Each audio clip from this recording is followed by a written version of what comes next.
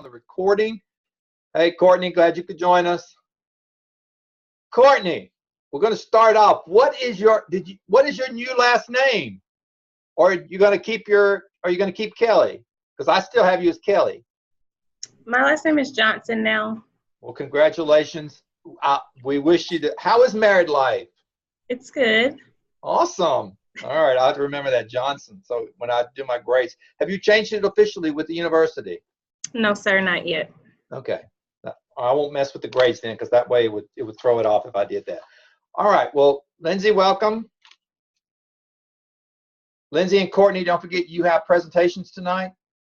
Okay. All right. We're only missing Shantae, and I hope she'll join us.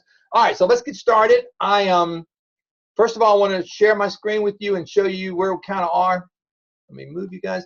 All right. We're in 7:08. You are almost done, and I want to talk to you while I've got the majority of you here right now about what this last session. Tonight is session 6. May 1st will be session 7, which is actually a week away. Here's what we're going to do on session 7. Zoom in. I'm going to send you a Zoom invite at 6 o'clock, and we're probably going to have about a 30-minute presentation by me of kind of wrapping things up to find out where you are, what needs to be done. It's a 30-minute presentation.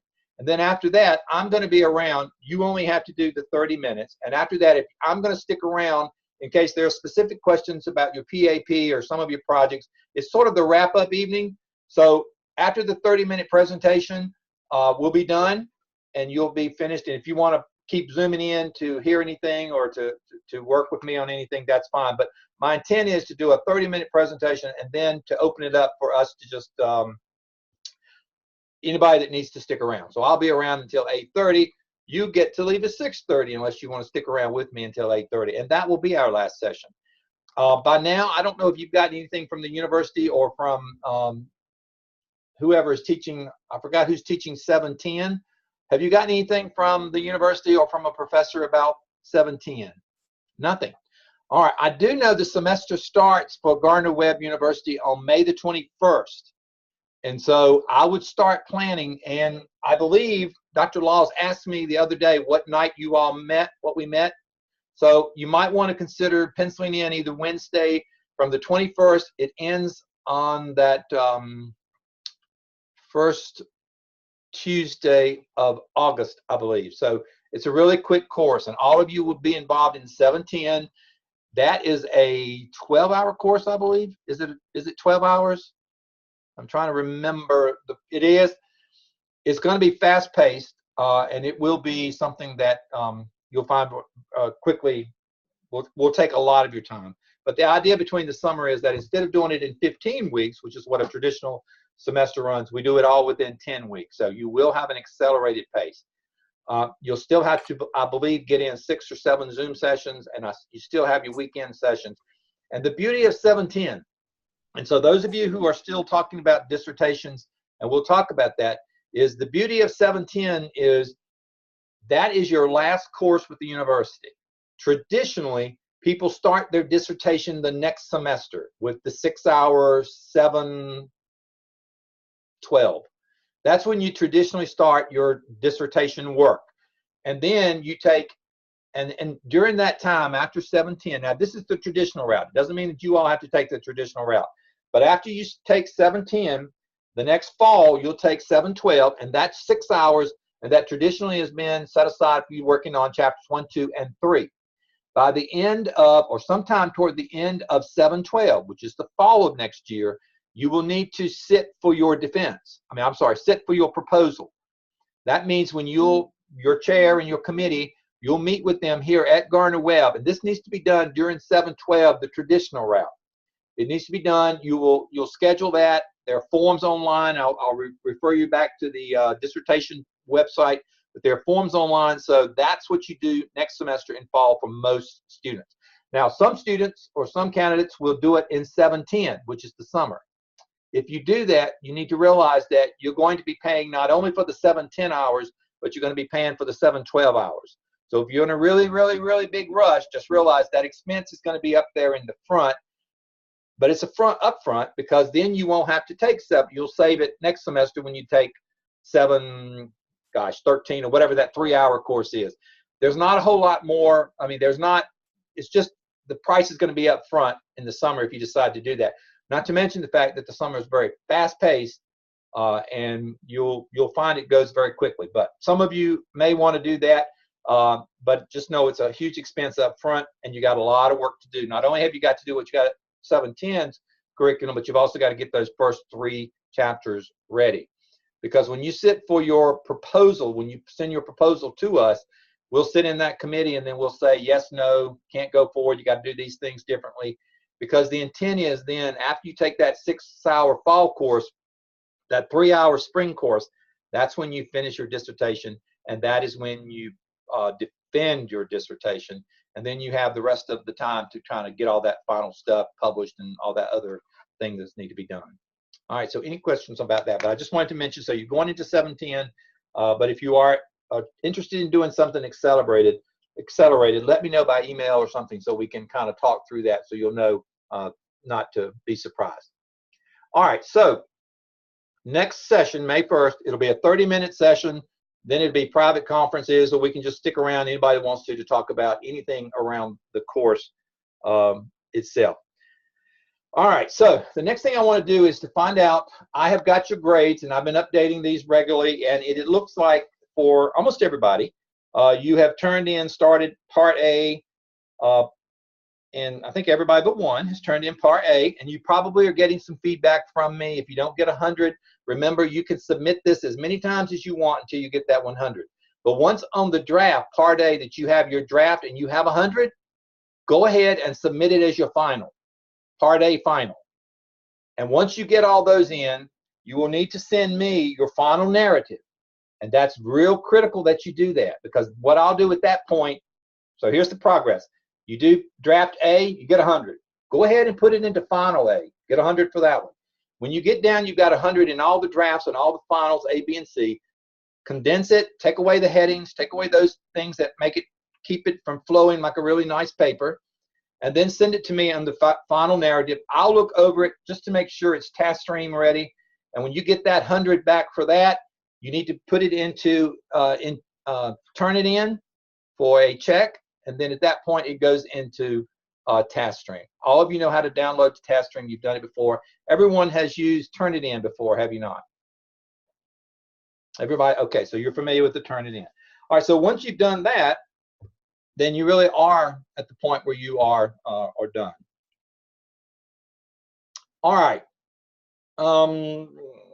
It looks like everybody's doing quite well on your scenarios and your questions. So really, most folks are right down to finishing up the Part A, B, and C analysis of the PAP. I also want to remind you, too, that when you get a score that's not quite 100, look at the feedback I give you and resubmit it.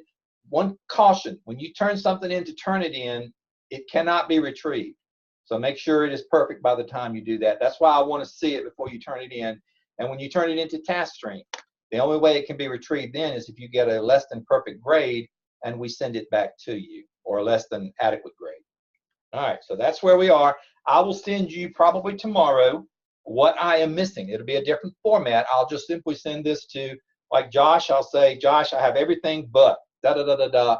So it'll be kind of a reminder of the things that you do. It won't be that form where all the hundreds are on it. It will be just a quick little email that says, these are the things that I am missing from you.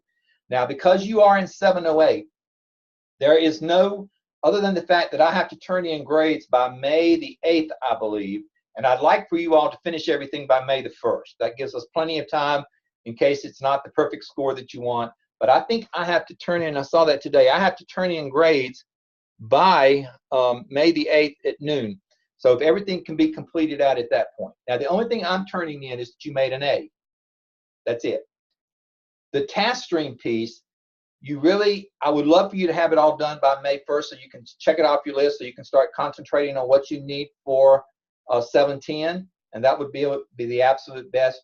If you're a little late on that, it doesn't really matter if it's a little bit late, but I would not go into 710 not having completed the PAP. All right? So the critical thing at this point is to go ahead and start working on that PAP, but also getting your grades to where you'd want them for that A, so when I report on May the 8th, I can report that you're getting an A in the course. So that's kind of the timelines and all of that.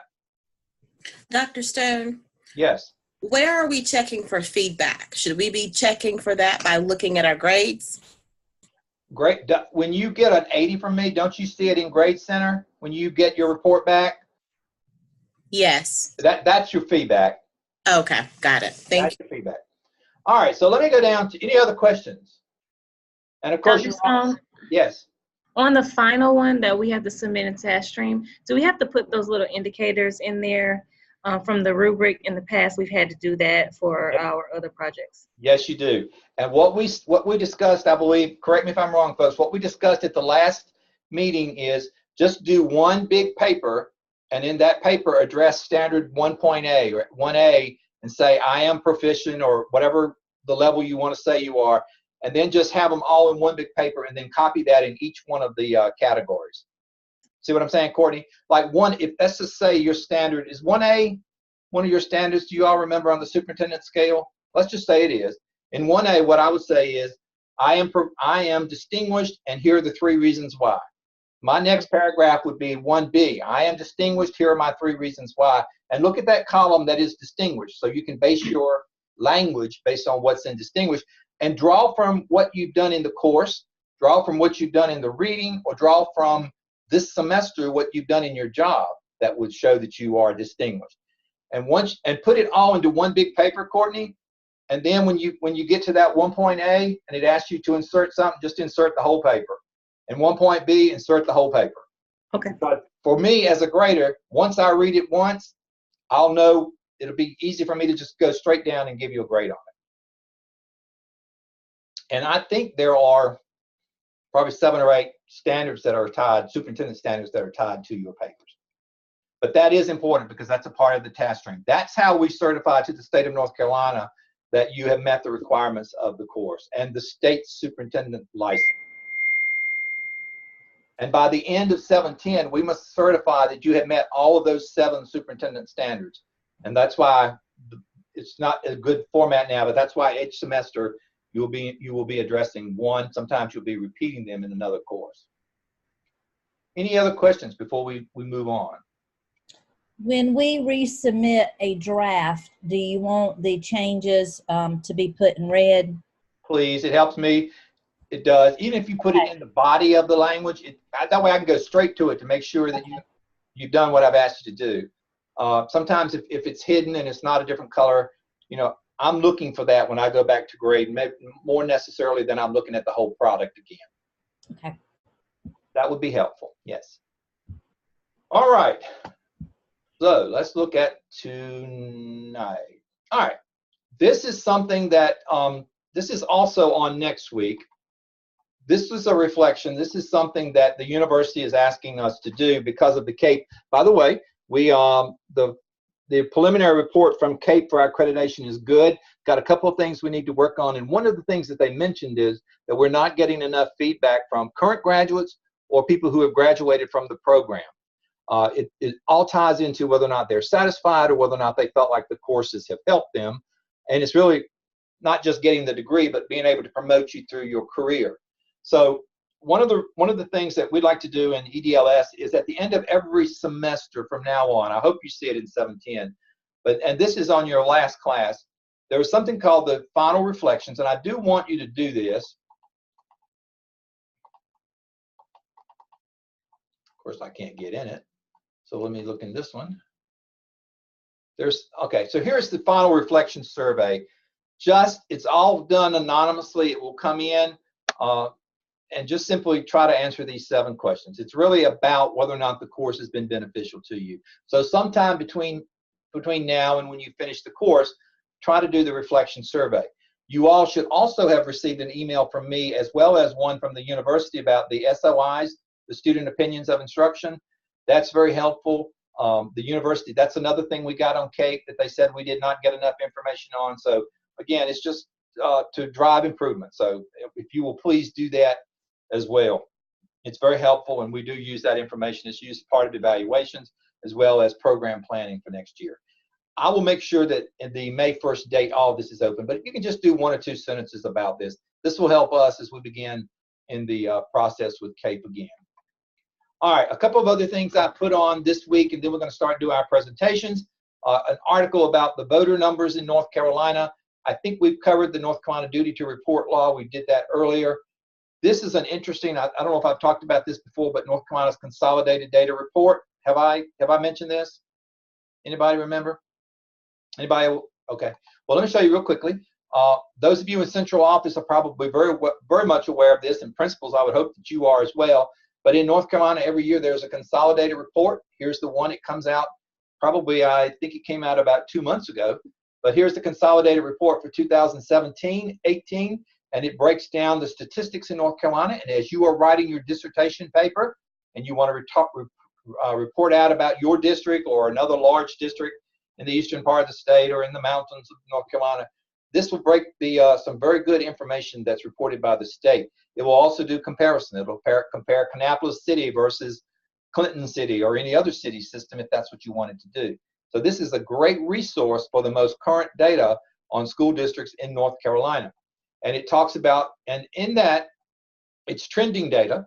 You can see there's a crime and violence report. There's a suspension report if you're doing anything on suspensions. There's a short-term suspension, and the dropout report is here as well somewhere. Yes, it should be within this report. There will be some dropout reports as well. So it's a great place to go. And if you are in South Carolina,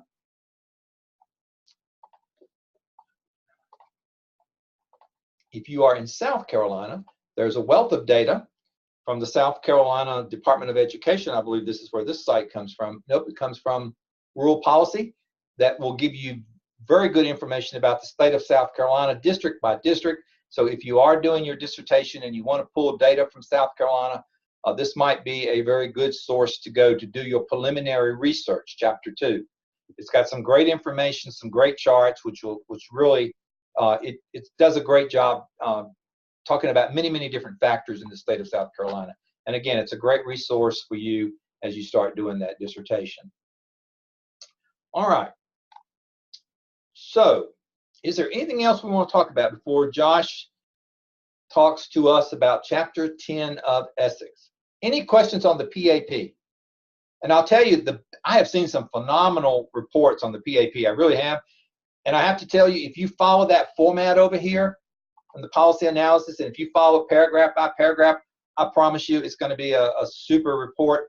Here are the rubrics you were asking about, Courtney. These are the ones that you have to address in TaskStream. These are all tied to the, I believe this is it. These are all tied to the North Carolina Superintendent Standards. Yep, here they are. You have, for this course, you have to do, I think it's 1C, 2A, 3. I guess that was 3A. So here they are right here, Courtney, on this side. And what I would do is just a general paragraph on each one of them, and make sure you say in that paper, look at the language over here and try to build a case that I am distinguished because, and then try to cite some of that language. It will make it a lot easier for the people in TaskStream to say, oh, wow, you know, you've obviously showed us evidence. Because what happens for most people, even if you are distinguished, sometimes you're not putting the verbiage in there. You're not saying the right things to convince us. And remember, I've been with you for probably 9 times, but the other grader in TaskStream has never been with you and doesn't know that you may be proficient or distinguished in something. So this is your point to prove to them that you are distinguished in the superintendent standards. All right. All right. Any questions? Okay, Josh, I will stop sharing. Hey, Shante.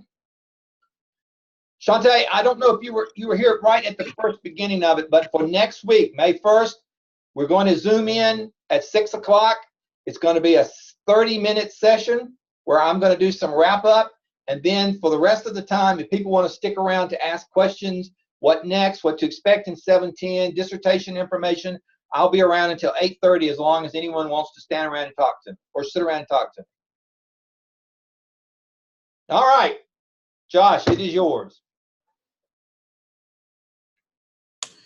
All right, can everybody see this? Yes. Okay, perfect. All right, so I had chapter 10, which was recruitment, tenure, dismissal, and due process. So as I was reading this, it's, we're at the end of the year and I have used a lot of this. So I tried to make this PowerPoint to where it's a little bit more specific to what we need to know specifically for the things we do day in and day out in our jobs regarding recruitment. So just to start off, hold on, let me hide this for a second. Okay. So recruitment of personnel. So just recruiting in general, the goal is always to project a professional image with your institution or your school and have a well-defined process in support of a mission to appeal the highest quality candidates. We all want the highest quality candidates. And then the added bonus is that if you do present an organization that's well organized and legally defensible with all of your processes, and that's going to protect your organization from allegations of unfair treatment. So if you have a good system, it's going to help you out in a lot of ways. So the first part that Essex talks about is the actual employment interview. There is a lot of good stuff that it was good for me just to reread in this section. So I kind of picked out the best practices of what a good employment interview is. And so you need to select a panel.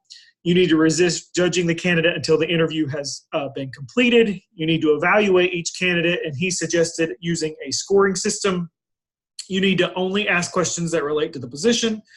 And then there should be an assessment on the candidate, but it should only be based on factual evidence. So he talks about past performance, behavior, achievements, things of that nature. Treat all candidates fairly and equally, whether they're a man or a woman. He went into that. And then ultimately, don't discriminate. Okay, Josh, can I interrupt? Oh, yep. When you are now, as you go and apply for positions of leadership or principalship or associate superintendents, you see that number 5, assessments? That is an important component that you need to take into an interview with you. And now there's not a teacher out there, unless it's a brand new teacher, and they even have some assessments from the university system. There's not something that candidate should not bring to the table and show you that they are a phenomenal 3rd grade teacher. And that helps drive your decisions rather than those 8 questions and that general feeling that you have about that teacher. So that's a critical piece. And I'm so glad you picked up on that, Josh, because that's a critical piece. And there's no one that comes in for an interview now, including you, that should not be able to bring something with them that would show performance and achievement. Yep. I found I'm guilty of number 2. Sometimes I judge someone before the interview's actually over. So I kind of reflected on that. I need to do better at that. Okay, so tenure. This one is something that I thought I knew what tenure was, and really didn't after reading this. So what you need to know about tenure and what I got out of this chapter or this part is that tenure laws are designed to protect teachers. They're designed to provide a measure of security against unfair treatment, but then they're also designed to provide permanency in a teaching force. And so that's where students are the beneficiaries of that, because you don't want a system where teachers are just constantly in and out of the classroom because of just being hired and fired. So that was kind of the basis of tenure. The second one, tenure does not guarantee continued employment. And that was kind of new to me, but it does ensure that teachers cannot be removed without due process. So tenure allows teachers to be insulated from special interest groups and then political factions. So it enables the teacher to perform their duties without undue interference. So in all of that, a teacher with tenure can be dismissed, but they must have due process, and you must have a lot of evidence to do so. Have you ever dismissed a tenured teacher, Josh? I have not. Has anybody? Anybody ever dismissed you have, Annie? Sorry, Josh, I'm going to deviate. Oh, that's okay. No. Annie, you want to kind of not telling the name or anything, but what was it like? It a lot of work on the administrator. I was in my current position, and we were supporting a principal with this, but we started out with a plan of action. That did not work, so then we went into an action plan that aligned with the NESIS as well as the professional development plan. But to do it well and to do due process, it is a lot of documentation on the administrator end, a lot of visits, observations, dotting I's and crossing T's. So I think that's why sometimes it doesn't occur, is because it's a very timely and taxing process. Absolutely. And I can tell you that this is one, and again, it goes back to making sure that you have, one, shown that you have made an effort to improve the teacher through your action plan. And North Carolina has a specific course of action that you have to take. Correct. It spells out exactly what you must have done. So that's one piece. The other piece are your own policies and procedures. Did that teacher get notified in time? Did that teacher get the certain things in her file that he or she's supposed to have? So know the law, know your policies and procedures, because that's how we lose 90% of the cases. It's not because the teacher's incompetent. It's not because the teacher's horrible for children. It's because we don't follow the law or we don't follow the procedures. So very important. It is not difficult to get rid of a tenured teacher. As Annie said, it does require work. But as a leader, it is your responsibility to do that work and to get rid of teachers who are hurting children. Because students only have 1 year in third grade. And you cannot afford to have one bad teacher constantly messing up a whole third grade classes as they come and go. So you're taking a year away from that child when you allow that to go on. And it is your responsibility as the administrator. Follow the law, follow your procedures, and you will be fine. It's not that hard. It's just a lot of work. Sorry, Josh. That's okay.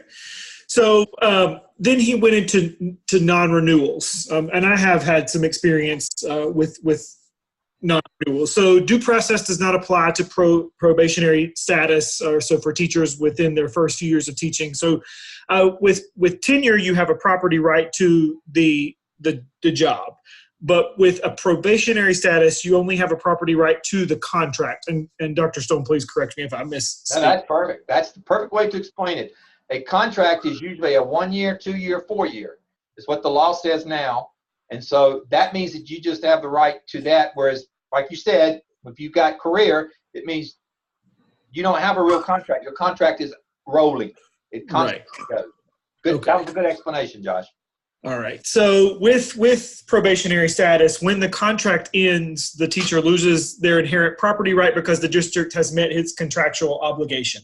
But there was a little caveat. If a probationary teacher is dismissed during the period of the contract, then they do have a right to due process, and then you would do the same procedures, maybe slightly modified, that you would if you were trying to dismiss someone with tenure.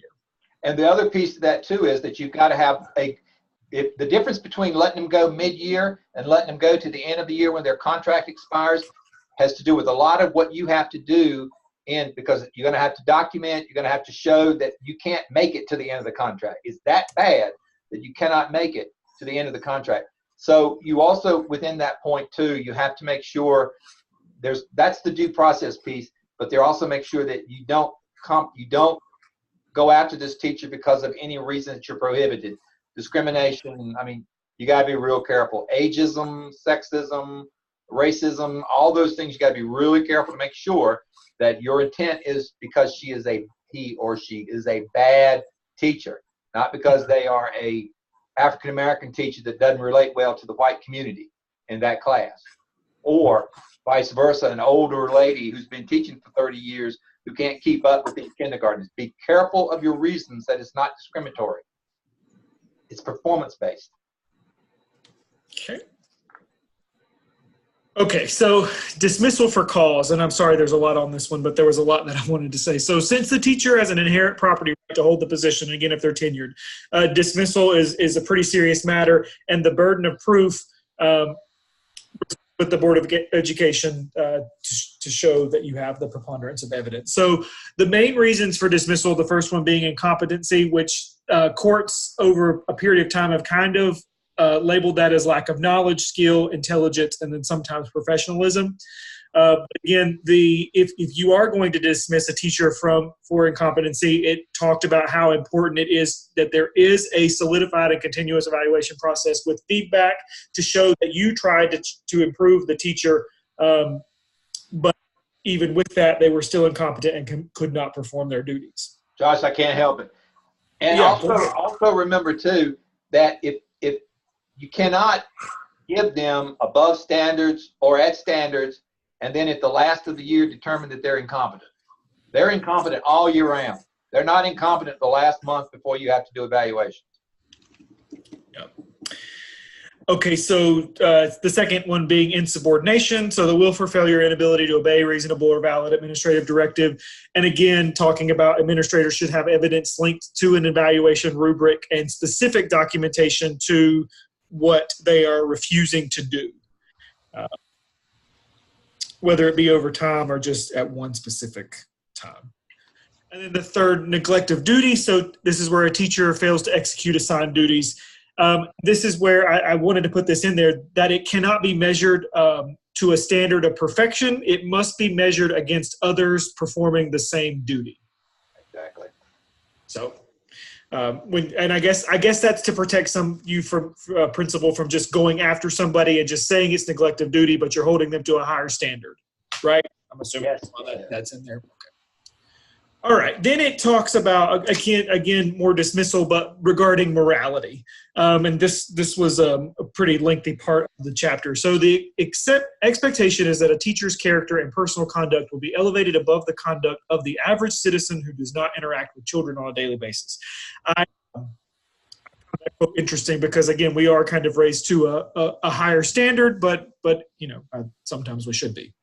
So here is some ways that you can be dismissed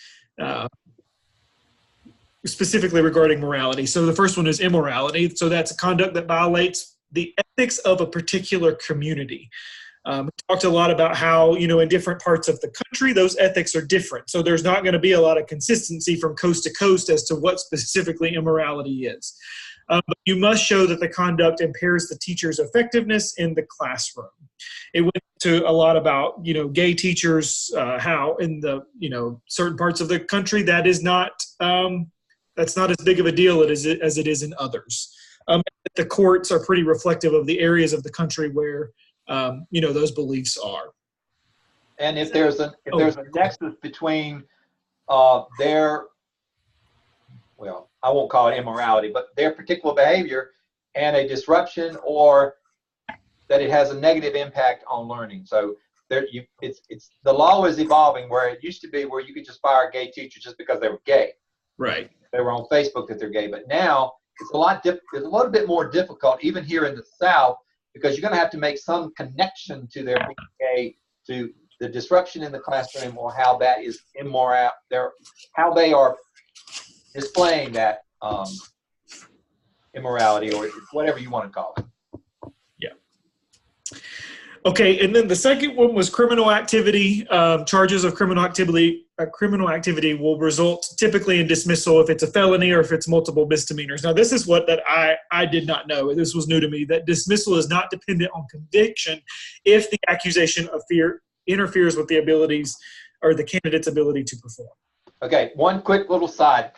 I'm sorry, guys. I love the law, so I'm going to jump in. You all okay with that, I hope. But your district probably has a policy, and you need to know this, that if one of your teachers gets a DUI on Sunday night, your district probably has a policy that they have to notify you immediately. And your responsibility is to notify central services or the HR department, because that is a part of their contract for most districts. And in Caldwell County, the way I released 2 teachers for that is because they failed to notify us in a timely manner. And that made it so much easier, even though I could, as you see here, I can go ahead and dismiss you if you get DUI, particularly if it becomes common knowledge, social media, it's a disruption in the school. I don't really owe you to, you don't even have to be proven guilty, because it creates that disruption. Mm-hmm. But usually how you get people is based on that they didn't give you the timely notice. And you might want to check your policy to see when people have to report to you. It's usually within 24 hours of them being arrested or charged. It's a great way to get them. Keep time if you don't like them. And they're not good. All right. So the third one was the sexual advances towards students, and this was pretty straightforward. If you do it, you're gonna be dismissed. If the district can prove that you did it, and the courts are pretty unanimous with holding those decisions as long as there's proof that it happened. Then it went quickly into dismissal and budget. So positions may be abolished when the district faces a reduction in student enrollment or a reduction due to budgetary deficits or rifting, so commonly called a reduction in force. So districts, but it talks about how districts should have evidence that there is a legitimate financial deficit. They can't just say, oh, we're going to cut you because we don't have the money. They have to prove that, and then the district should have an established RIF policy and procedure. All right, so then it talked a little bit about the Fair Labor and Standards Act. So this specifically is for non-exempt employees, your clerical, food services, custodial, non-certified that we call them in Kannapolis, are subject to federal and state work hour laws.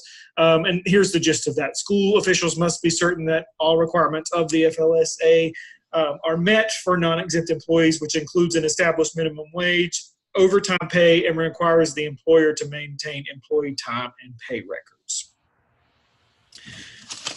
All right.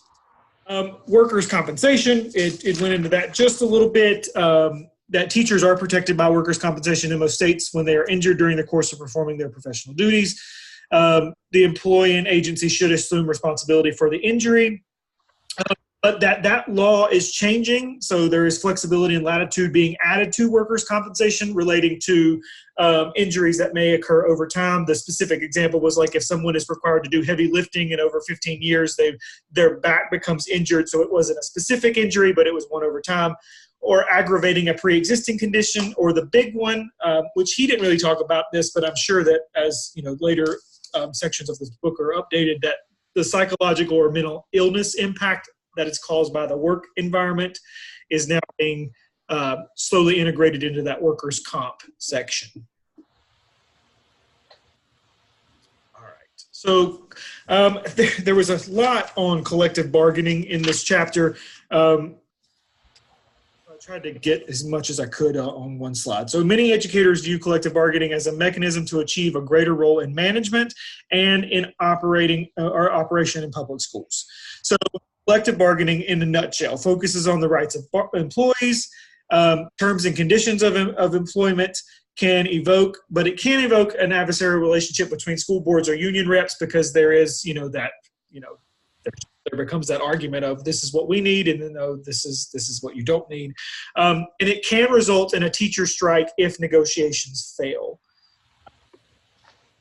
A lot of this is driven by unions. Obviously, we don't have a lot of that in the South, so a lot of it wasn't really relative to us. So I guess it would be if you went to a state where there are unions.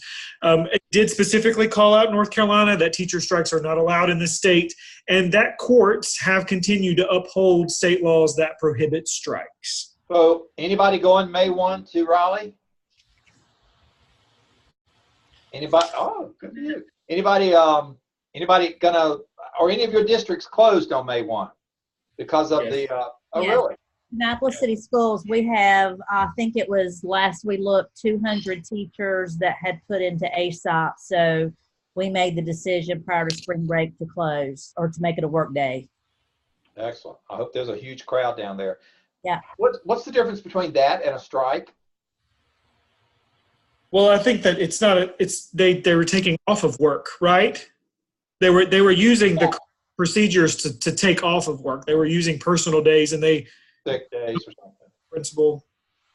Yeah, there's a cost. They're not just walking away from their job or taking a sick day or vacation day or something. And for districts that are closed, I'm assuming you're having a teacher work day, and they actually are giving up that day that they could have used at another point. So that's the difference between that and a strike. Okay. All right, so that was kind of the end of the chapter. So just based on, after I read it, some of the reflections, based on the information in Chapter 10, how could your school or district improve their hiring or dismissal process? I talked about mine specifically was I need to stop judging candidates before I, finish the interview. So I was just curious as to if there is practices in other districts that you think you could improve for your schools. All right, anybody want to add to that? Anything you've learned from Josh's presentation or from Chapter 10?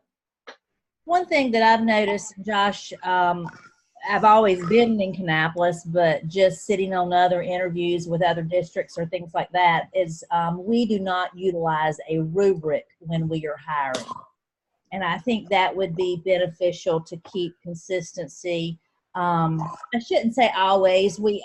Some folks have, but we do not have a consistent rubric that is utilized district-wide. And again, I think that would just support consistency and eliminate biases that may interfere with the process. That could be a very good project that you do in 710 for anyone. Anybody else want to add? What's some lessons learned about, because personnel will kill you. You make a wrong mistake and they can sue you. But if you've not experienced it, I can tell you it's eye-opening, because you are holding within your hands someone's livelihood. And before you make that decision to terminate someone, you've got to really have shown that you've tried all you can. And this person's just not suited for your school, not suited for teaching. And if it's something where they're just not suited for 3rd grade, but they've still got some good skills, move them to another grade. You can't just keep putting them there in order to get them to quit. So it's a part of you to discover where their talents lie. And if it is truly not in any place in education, then it is your responsibility to move them on. Lenore and I have had some specific practice this year with this, and we've really focused on allowing them to be the ones who are reflecting. And by the end, knock on wood, they were the ones that decided to make the career change, so that we didn't have to go down that dreadful path of just documentation and action plans. So, I think that keeping that reflective kind of environment in your schools could help. I hope I don't have to go down that path where I have to do that process with tenured teachers, but we'll see. And I can tell you, when you get to the central office, it's even tougher when you do principals. Yeah. All right. Any other questions for Josh? Thank you, Josh. If you will stop sharing. Shamika, you are up. Okay.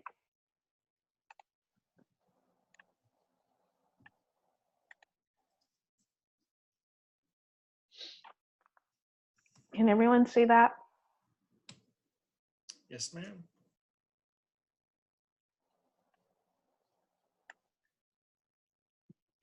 Okay, well, good afternoon, everyone. I have a chapter 11, and my chapter was on instructional programs and school attendance. And this was a pretty interesting chapter. It was filled with all sorts of good information. A lot of it stated different cases about how we are to conduct our schools in terms of students' attendance and instruction. So we're just going to jump right into it here. And the very first thing that it introduced was giving basically a definition for students' attendance and compulsory attendance, and the difference between that and truancy. Basically, because of the 1890 State versus Hawthorne case, we know that basically the power of the state is to be able to establish public school opportunities for students, not necessarily that there is any type of federal constitutional right for public education, but there is a common law responsibility between the parents, students, and then of course your state Department of Education that oversees the educational opportunities within those different states for students to attend school. And an aside, education is not even mentioned in the United States Constitution. Right. It is a responsibility of the state. Right. So basically, there was a direct quote from page 283 that says the legislature has entire control over the schools of the state, to the vision of the territory of the state and to districts, and the conduct of the school, qualifications of teachers, the subjects to be taught therein, and all that is within control. So basically, all things that include the operations of schools, the right kind of is established within the individual states. There is a policing power also that the states have for minors, and the ages for that kind of differ depending on a couple of states mentioned, but it's anywhere from the ages of 6 to mostly 16. Sometimes it can go up to 17, but that just simply means that students between those ages must attend a public, private, or home school within that state. And this particular, I guess, mandate was challenged a couple of different times with the Wisconsin versus Yoder. There was an Amish family that felt that their children did not need to attend a public school beyond 8th grade. And so the court held for this family to say that, okay, the students don't have to be educated beyond what is considered minimum literacy. And then, of course, there was a New Jersey versus Mansa, case as well that gives even further definition to that in terms of parents being able to provide homeschooling opportunities for their children. There must be a showing of academic equivalence. In other words, as long as the students can show that they have the academic skills that are basic for basically reading and math up to an 8th grade level, then that's all that's really required. It gave a definition about truancy. Of course, that's just students that are not participating in the educational opportunities within that state without the parents' knowledge. So kids basically skipping school. That can be enforced because the state has policing powers that can be enforced, and parents can be arrested for students not attending school. So then there was a couple of sections. Let's see if I can move this here. A couple of sections on different types of policies given within this chapter. One being specifically the McKinney-Vento. Within the McKinney-Vento, of course, it gives a description for students that are without permanent residence in a particular place, or students that actually have a night. The way that the book described it for McKinney-Vento is that they actually don't have a real place where they sleep. That is consistent. So that is basically the definition given for that. But what was surprising to me about McKinney-Vento is that within CMS, which is the district that I work in, we have about 4,000 students that are McKinney-Vento. And that was, to me, a very large number within our district. But it went on to give some other important policies, health requirements, of course, that students must have updated immunization records that must be maintained and be on file. That was challenged a couple of different families with the Brown versus Stone and then the Lewis versus Sobel. The very first challenge or case was the Brown versus Stone, and in that case, the family was trying to put forth that it went against religious beliefs or religious practices, and they didn't want to immunize their children. The court disagreed with that particular case because the family failed, or the parents failed, to prove or show proof that the immunizations were going to affect their specific religious beliefs. But then with the Lewis versus Sobel, interestingly enough, that family was able to prove that their religious beliefs permeated all their facets of living. And so they did not have to immunize their children in that case.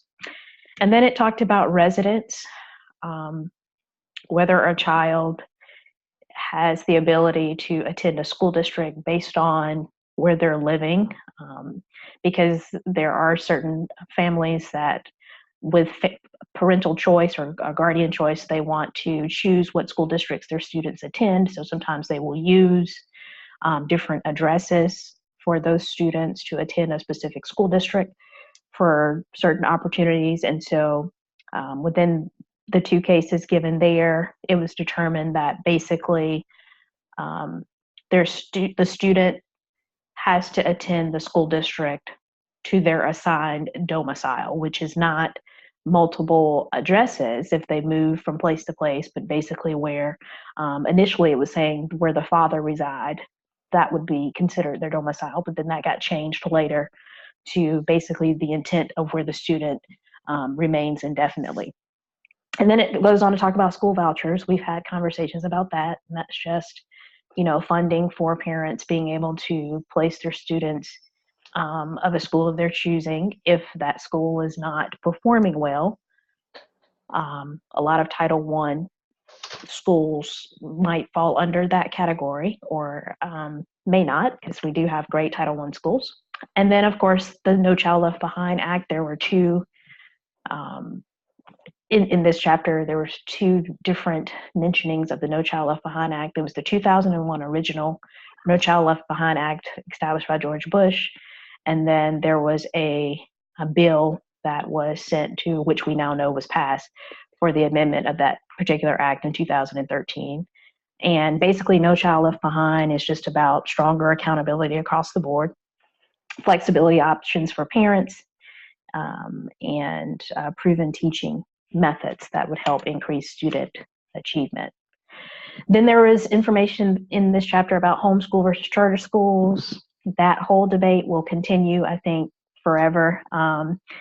Parents having the choice to place their children in charter schools over public schools, or even in some cases electing to homeschool their children.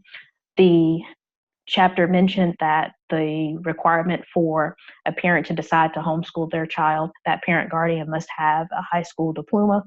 Of course, the student's name must be on file, their residence, there must be a progress assessment report, and then a calendar of minimum days attendance, such as 180 days, where they can show proof that that child is receiving instruction.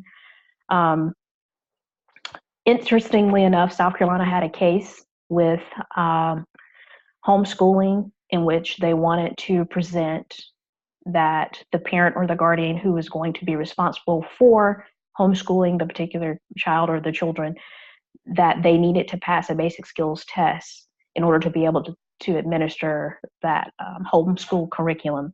And the courts determined that because students that were being homeschooled had a higher passage rate than students that were not, that basic skills test would not be required. Some of the funding for charter schools we know are the charter school program grants or direct funds. Sometimes they can be established by those. And one of the advantages for, I guess, charter schools, probably from a parent's view, would be that there is more creativity and innovation, perhaps, with resources, but then also from a district's point of view in establishing a charter school, maybe they would look at the autonomy of the school operations versus being regulated by legislation of the state or the governing body of the General Assembly. So that might be some positives, but and I guess individual choice. So in comparison real quick to the No Child Left Behind Act, some of the things that I just quickly grabbed a hold of in reading my chapter was the environmental science inclusion piece of this, which was really exciting to me. The push for the 21st century skills in the No Child Left Behind 2013 amendment. Of course, we get job embedded PD and teacher trainings on this, but to really bring in the importance of the science portion of instructional practice and relating that to real world problem solving skills is something that I was very excited to see coming to all of the school districts through this particular act. Of course, everything stated before about accountability, that being connected to AYP, the focus being math and reading scores, and also being a focus on exceptional children, the LEP students, teacher quality, all of these things came about with the No Child Left Behind Act. Again, there's lots of conversations about, is it really effective? Has it been successful? in the previous years. And as we know, No Child Left Behind was kind of born from the 1994 Elementary and Secondary Education Act. So a couple other things this chapter touched on briefly was technology and intellectual properties and the Copyright Act. And basically, being in the classroom or just being an instructional leader, in general, we like to borrow the ideas of each other. So we have to be very careful about giving credit to the individuals that have created the materials that we're using for instruction, and how those materials are being used. We have to seek permission if we did not create those things, and if we created those things, to go ahead and go through the proper channels to get it copyrighted, so that you have a right to the work that you've created. Just a quick aside, folks. This is a emerging legal field. There are lawyers who spend days just combing the internet for schools to find out whether or not we use the materials. 2 years ago, Caldwell County Schools, I had a middle school teacher. I don't know if many of you have read that poem, The Hyphen. It's about your life, the date that you were born and the date that you died, and that hyphen in between it. Well, anyway, this lady who wrote the poem. I had an 8th grade teacher who used it in English class to try to get kids to kind of analyze what their hyphen would be. Oh my God, this woman and her lawyers went after us big time. And we eventually had to settle with her because it was clearly shown that she had sent a letter or an email to that teacher, or her lawyer had, asking her to please take it down. And then 2 weeks later, the teacher hadn't done it. And so, and then had followed up with the principal. And anyway, we ended up paying not a whole lot, but there are lawyers out there who are looking for copyrighted materials that our teachers are using. So be careful of that, and make sure that when you deal with your staff that you make sure they stay away from copyrighted materials. And if you get a letter from a lawyer, notify your central office right away. Okay. Okay. It also mentioned computer software programs and the licensing of software programs. I know that a lot of districts purchase software for use in the schools or multiple schools, but you have to be really careful about the number of license that you are able to, or sorry, the number of license that you have in order for those schools to use those programs. And you also have to be very careful about providing permission for that computer software to be copied on multiple occasions without having, let's say, if you need that program to be provided to 20 schools, but you only have a license for 5, then that would actually violate that law. So you have to be careful when you are purchasing license for computer software programs to make sure that you're only using the programs as you've been given license to do so. And another section of this chapter was about academic performance.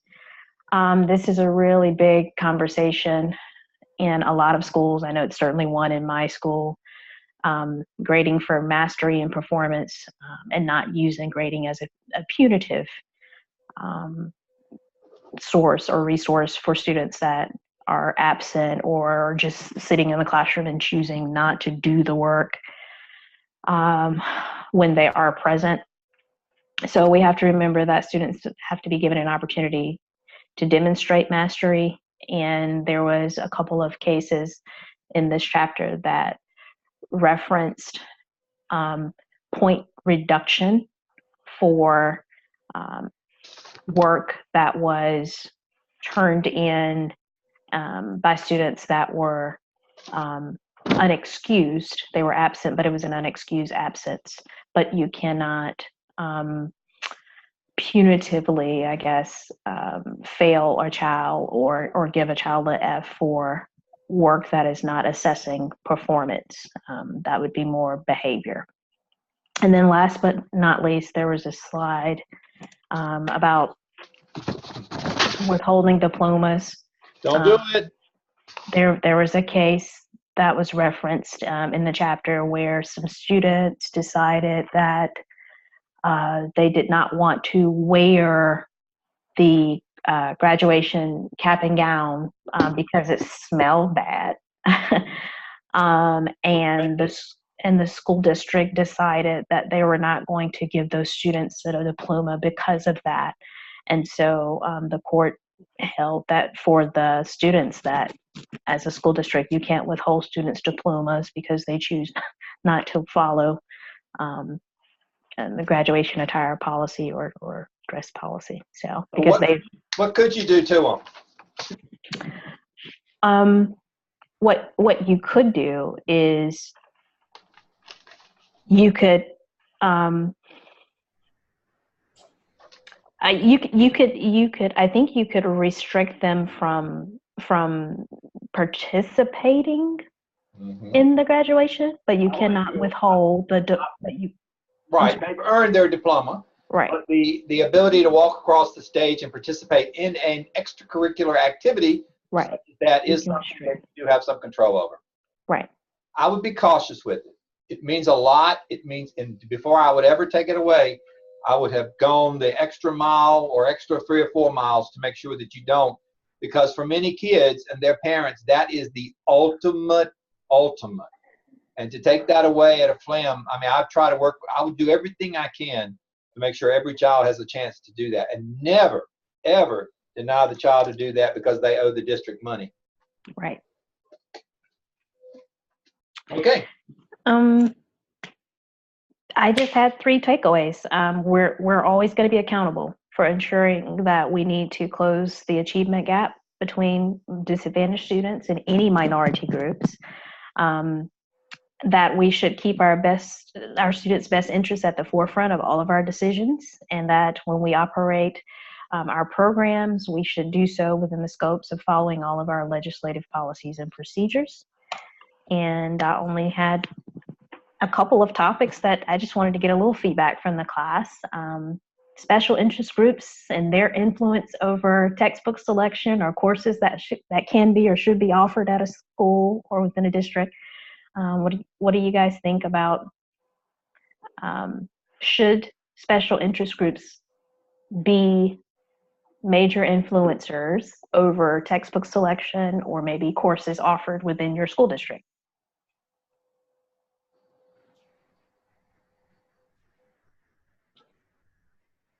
I'll be more specific. In an English classroom, should a special interest group determine what books students should read on a particular grade level because of the content that book may contain? What do you think about that? Or more importantly, what they should not be able to read. Right. Well, I would like a little bit more information. Are you privy to some special interest groups that are doing this? I wasn't aware that special interest groups were designing our curriculum. That's in essence what they're doing, is designing curriculum. Are they doing this?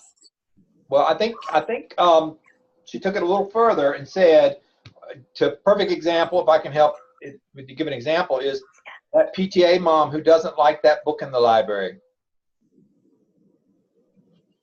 How do you I mean, what's your thoughts on that when a group of moms from the First Baptist Church down the road don't like the book in the library about witchcraft, Harry Potter? Mm-hmm. Yeah, I think it should solely be in the hands of the teachers. They should be able to sell or package to the parent that it's not about the sorcery or wizardry within the book. It's more so about the standards that we're teaching. That's what we're reinforcing. And they should focus there. I think teachers are more so equipped, being that they have the degrees, they know the expertise, they have the data to support the students. So the district or whoever, should use teacher feedback and support with something like this versus special interest group. And let me add to what Daryl said. Every one of your districts has a policy for challenging books. And so immediately when it's challenged, you need to look at your district policy and make sure you follow that policy, because Daryl is right. Teachers should, and librarians and media specialists should know what's best interest, what our kids should read. And certainly parents should have some guidelines in it, but that's why your procedures and policies are important, so parents can have that process to go through. It also, so always look for your policy to guide you. All right. Anything else for Shamika? Nope. The other topics were just random ones that if you guys found them interesting, you want to discuss them, that would be great. But that's it. That's all I have. Use of technology. That's a biggie. You know, students using. We are one-to-one in CMS, so all of our students have Chromebooks, and it's been a very interesting, I think, journey to figure out how we're going to regulate the students and the parents, and you know what they're doing in the classroom, outside of the classroom, because they get to take their Chromebooks home. So Interesting. Hey, you sparked something about the special interest groups and selecting reading materials. So I'm trying to figure out a way to kind of spark more reading of students on their own, intrinsic motivation for reading. Do you think you could potentially leverage interest groups if they are to sponsor a certain book and try to push more reading within the district or in the school? Just want to know y'all thoughts about that. Such as a church or the Kiwanis, or what group are you thinking about, Daryl? Okay, let's say the Charlotte Hornets. All right. I don't think there Anybody? would be. I don't think there's an issue with that as long as it's voluntary. The students are choosing to participate. Because I mean, the Hornets, of course, that's not, you know, anything controversial. But if a church group or some religious organization or non-religious organization try to push a certain, you know, text for that, and they're saying that it's coming from West MEC, that could get a little tricky. So as long as it's a voluntary program that students are choosing to participate in and not punished if they don't participate, I don't see why that would be anything negative. I agree. The only thing I would say about that, Daryl, is to make sure that if it is a religious group, and there's nothing wrong with the Baptist Association sending you, you know, really nice Charlotte's Web books. I mean, there's nothing wrong with that and encouraging that kind of reading. But if they're sending you the 3 steps to salvation, probably not a good, probably, you know, crossing that line between neutrality. So churches can offer valuable resources, and I think they have gotten to the point, most of them, that they really get how far they can go within the schoolhouse door, and most of them are very respectful of that. So the only thing I would just be cautious, and if it's something you think that might be kind of iffy, talk to your area superintendent. all right, well, that's all I have. All right.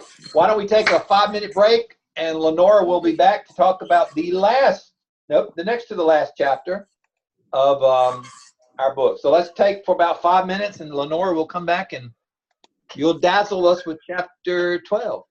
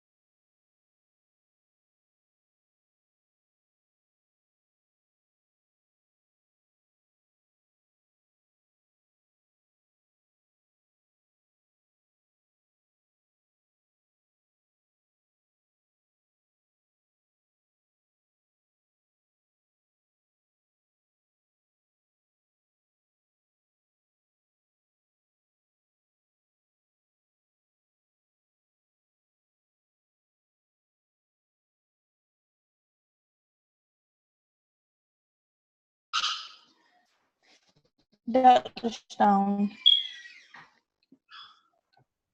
Let's see. Can you hear me? I can't hear you. Yes, I can hear you. Okay. While we're waiting on everyone, I just wanted to ask, the email that I sent you about the follow question, the policy actors that where my grade's not showing up. Why do you think that is? Let me look real quick. It's not showing up on your end, right? No, sir. That's the only one that's not never had that done before. That's why I screenshot it to show you that I did try to resubmit my answer, but I don't know. It's just not showing up under my grades, even the exclamation. Actually, I do have it recorded. I mean, it's showing up on my end. Okay. So I don't know why. Okay. I don't know why it wouldn't. But now you didn't get 100. Okay. So it may have. It's not come back to you and you can't resubmit it. Lindsay, can you? I just threaded my question again. But if I can't see your feedback, how would I know? I tell you what, just resubmit it and let me look at it again, and then I can send you an email and say this might be what I would like to see changed about it.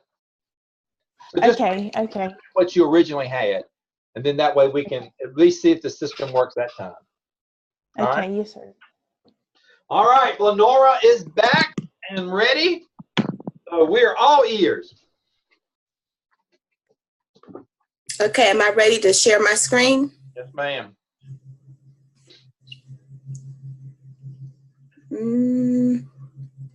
Hit the no, there you got it. Wow, what a busy screen. Sorry. Oh, I see EDLS up there. I'm impressed. Don't be. I don't know what I'm doing. Okay, let's see. I doubt that. What do you all actually see? Do you see like a split screen? Uh-huh. Oh, that's not what I want. Okay. How do I...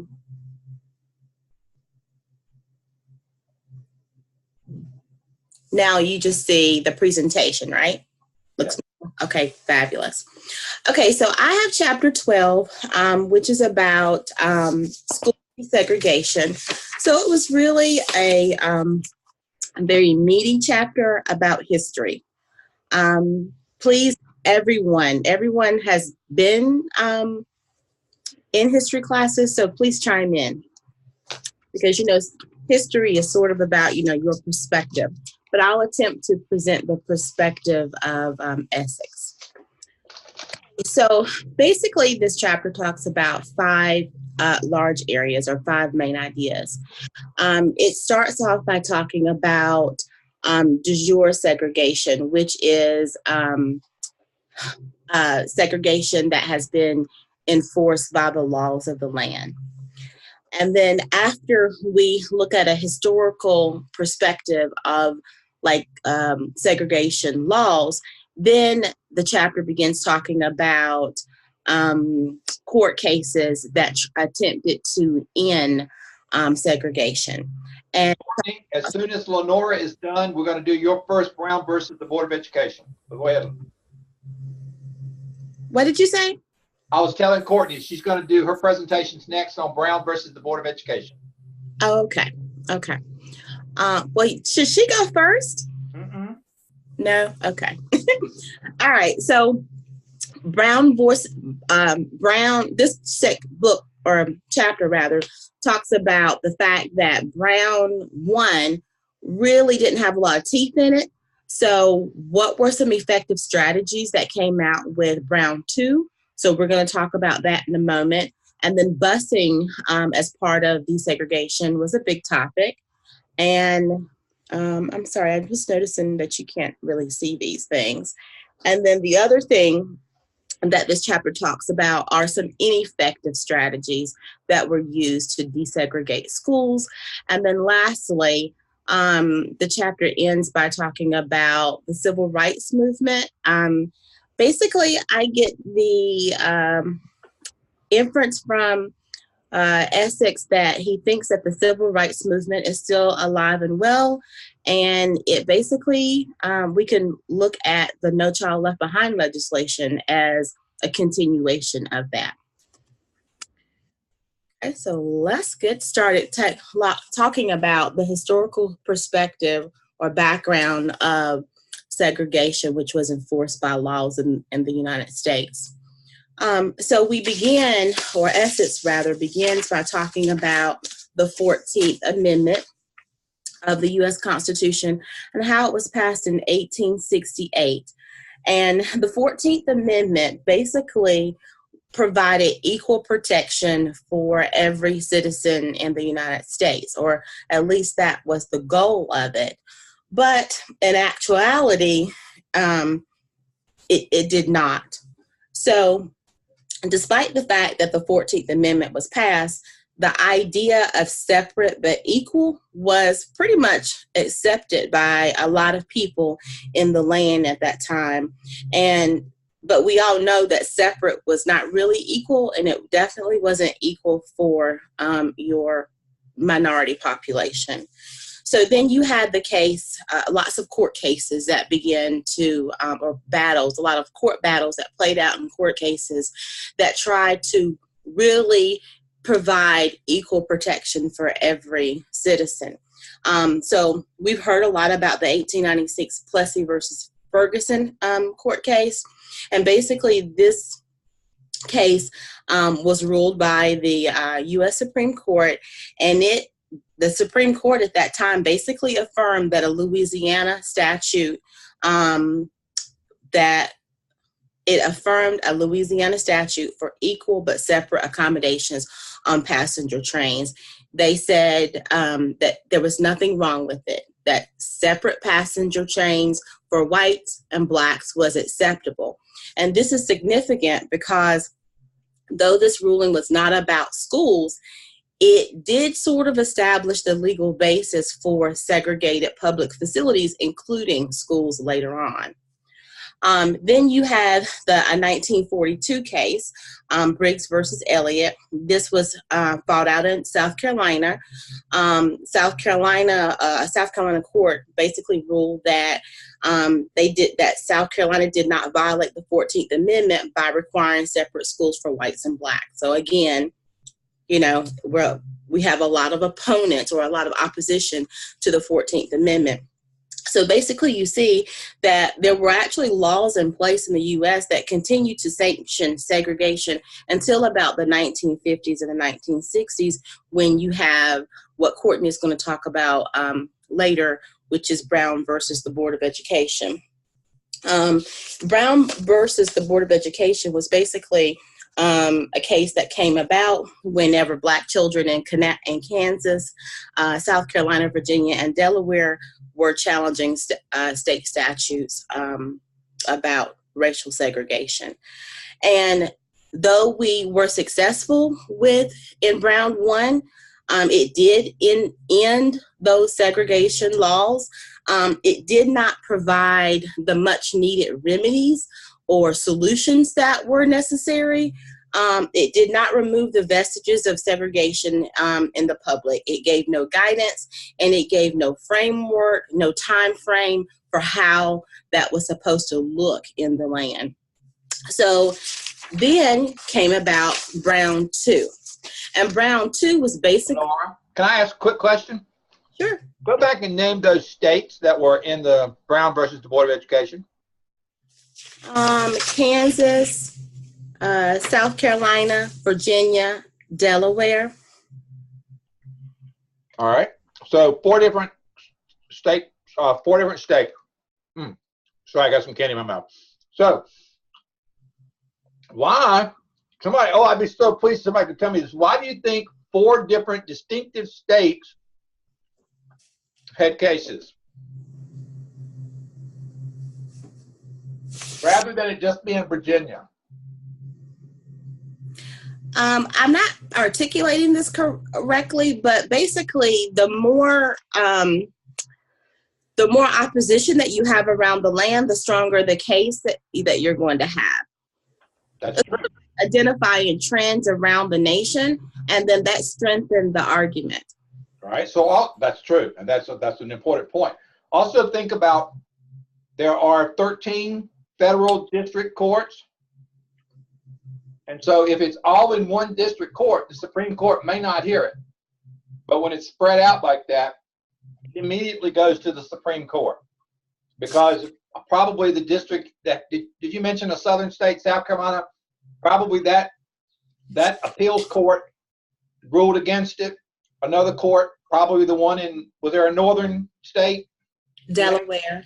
Delaware, that probably approved it. And so anytime the appeals courts have a difference of opinion, it immediately goes to the Supreme Court. All right, go ahead, I'm sorry. No problem.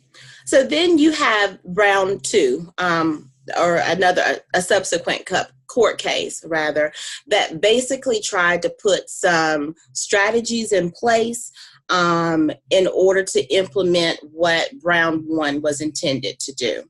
Oops, sorry about that. Get rid of that. Okay, so the Supreme Court basically remanded cases to federal courts and held school authorities responsible for implementing Brown 1. And it said that basically they needed to do this in good faith and that they needed to act quickly and do this with all deliberate speed. But throughout the chapter, we saw time and time again that things were just not happening fast enough, that school districts were not desegregating as quickly as they should. And there are several court cases there that are evidence of this. So some strategies that they put in place, or some tools, some things that they use to try to implement desegregated schools are racial balances and racial quotas. And the big idea about racial balances and quotas is that the district courts were basically just trying to bring some sense of awareness to school systems, that they needed to be looking at what the composition of their races in their schools. It really was not going to successfully end prejudice or discrimination. They just were trying to bring awareness to the situation. And then the chapter Essex talked about one race schools, and mainly this was important in metropolitan areas where you have typically minority groups that concentrate in one large part of the city, and you might have a whole school that is comprised of one race.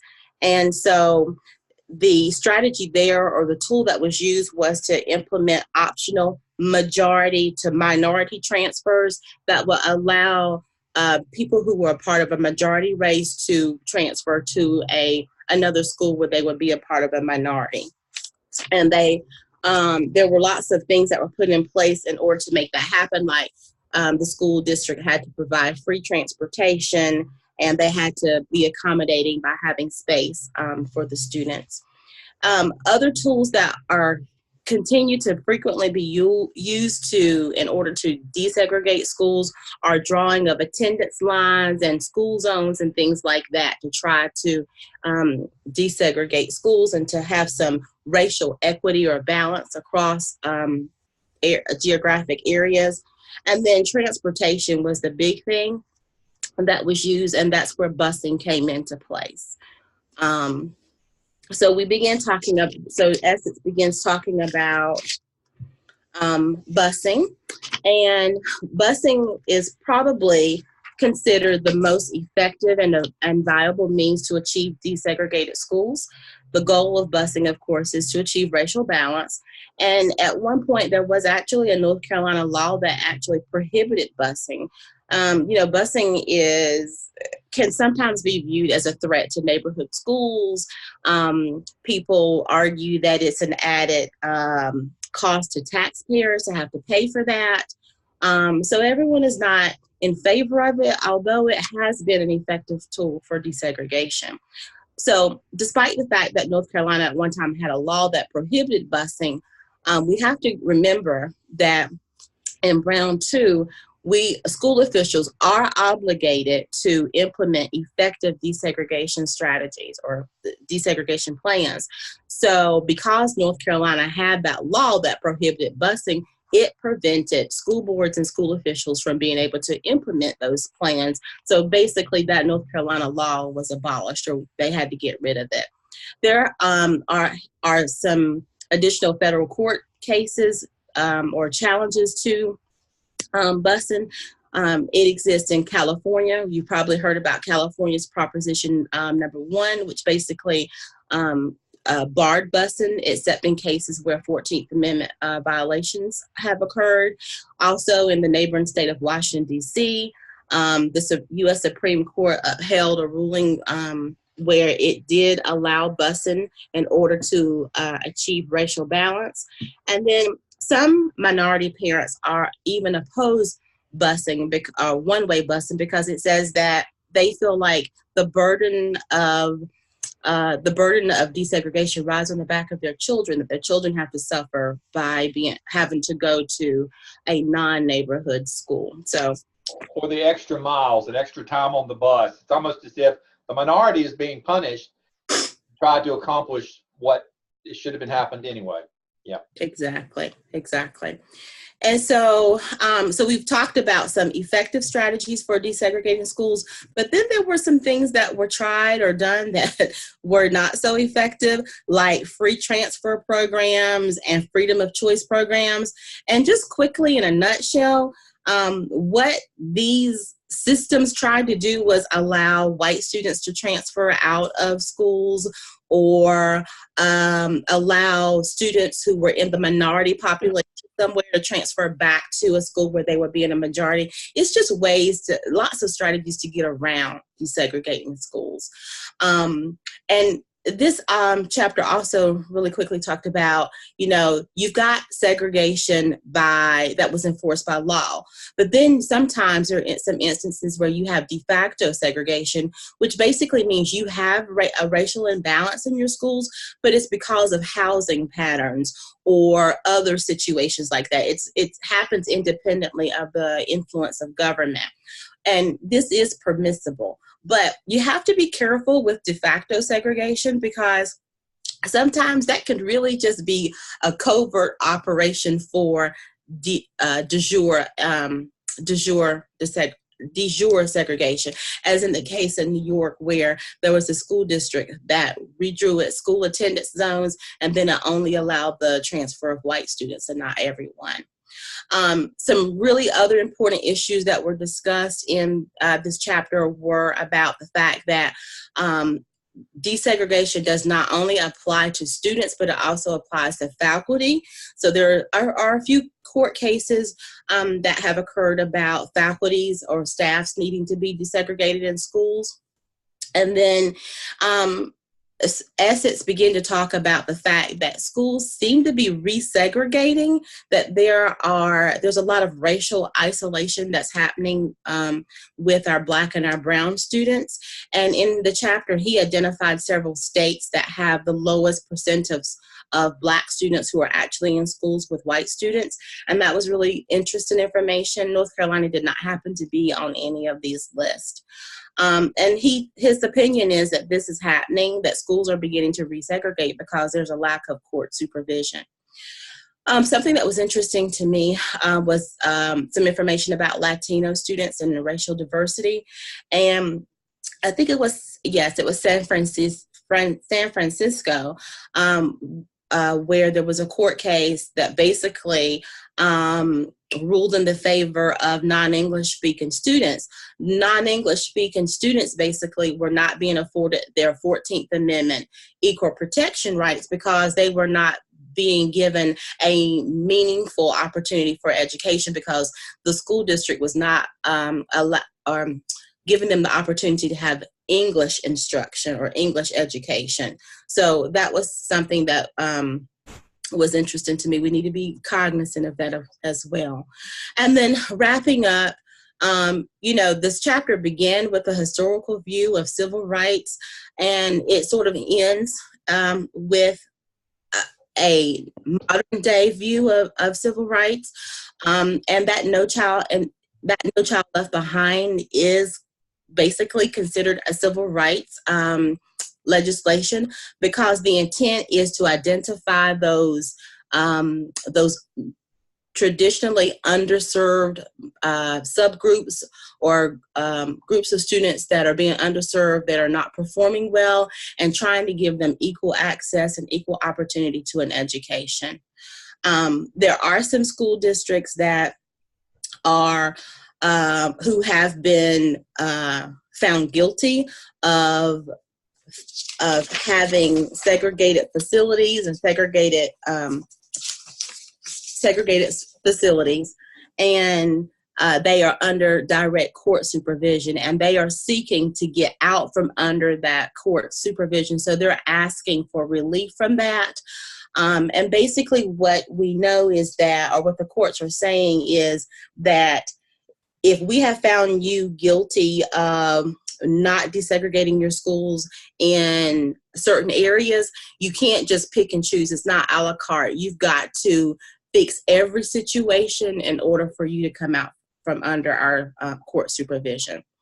And then this last slide basically talks about current court cases that are happening. This is not just something that happened a long time ago. There are current cases in Alabama, Massachusetts, and Wisconsin in which people are concerned about segregation and the rights of their children, their children not having rights.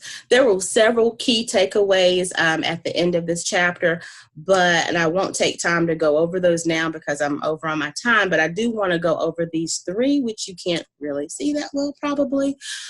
But one key takeaway for me was that we must continue to provide equal opportunity to all of our students. Us providing that equal opportunity to all kids suggests that Black, brown, white, green, yellow, red students all have equal status, and they have an equal opportunity to succeed. And success should not be a function of someone's skin color.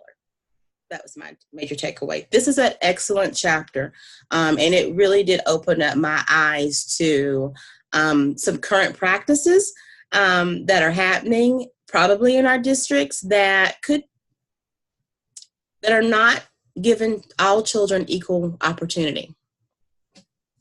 That's it. All right, excellent. And just and you can go ahead and close out, and Courtney will be coming up with Brown versus Board of Education. But this is alive and well. You know, if we think that schools are segregated or desegregated, they are not. This whole charter movement, the whole private school, the whole voucher movement, it is all about resegregating schools, public schools. So it's just a whole new fancy little title that they're using now, a whole new fancy approach, but that's really what it's about. And you don't need to go far in North Carolina to see the effect of Brown versus Board of Education.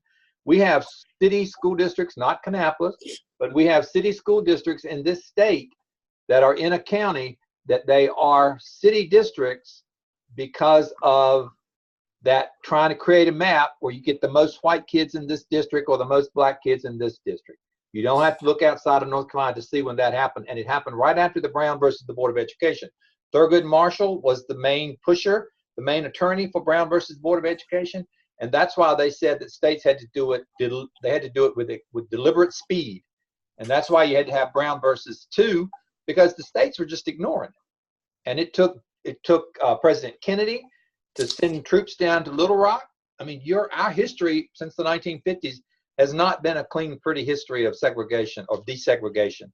And it is, I agree with Lenora and Essex, it is becoming more and more segregated. You don't need to look far to see that. All right. Anything else on that before Courtney tells us all about Brown versus Board of Education 1, or are you going to talk about Brown versus Board of Education 2, Courtney? My focus was on 1. All right, you got it.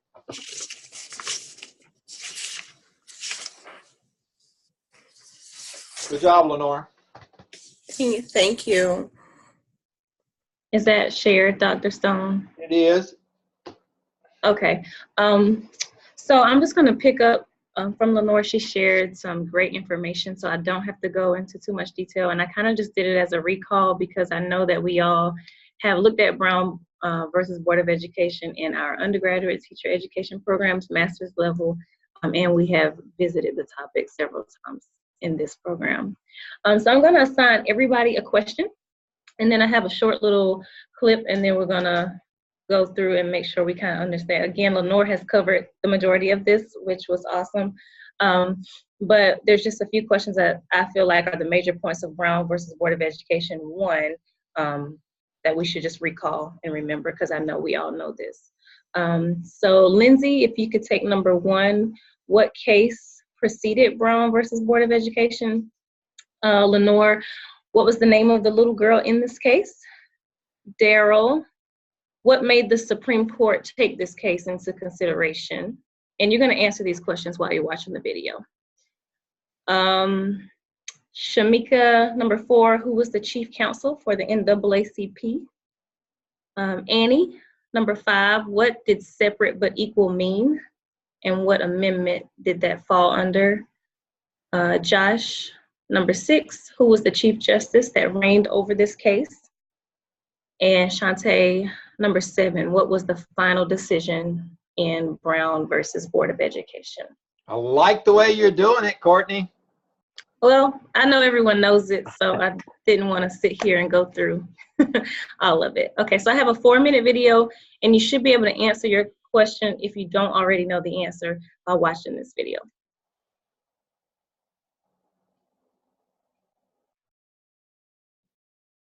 Can you guys hear it? No. No? How are you? No, you're not. Let's see. Okay. My sound is up on the computer and the video. And you can't hear it at all? I can't. Okay. Well, Is there something on my end you think that would? I don't know. It's okay. I don't want to belabor the time. Okay. So I guess I'll give everybody a minute or a minute and a half to kind of get your answer together, and then we'll talk about it, and I'll summarize the case.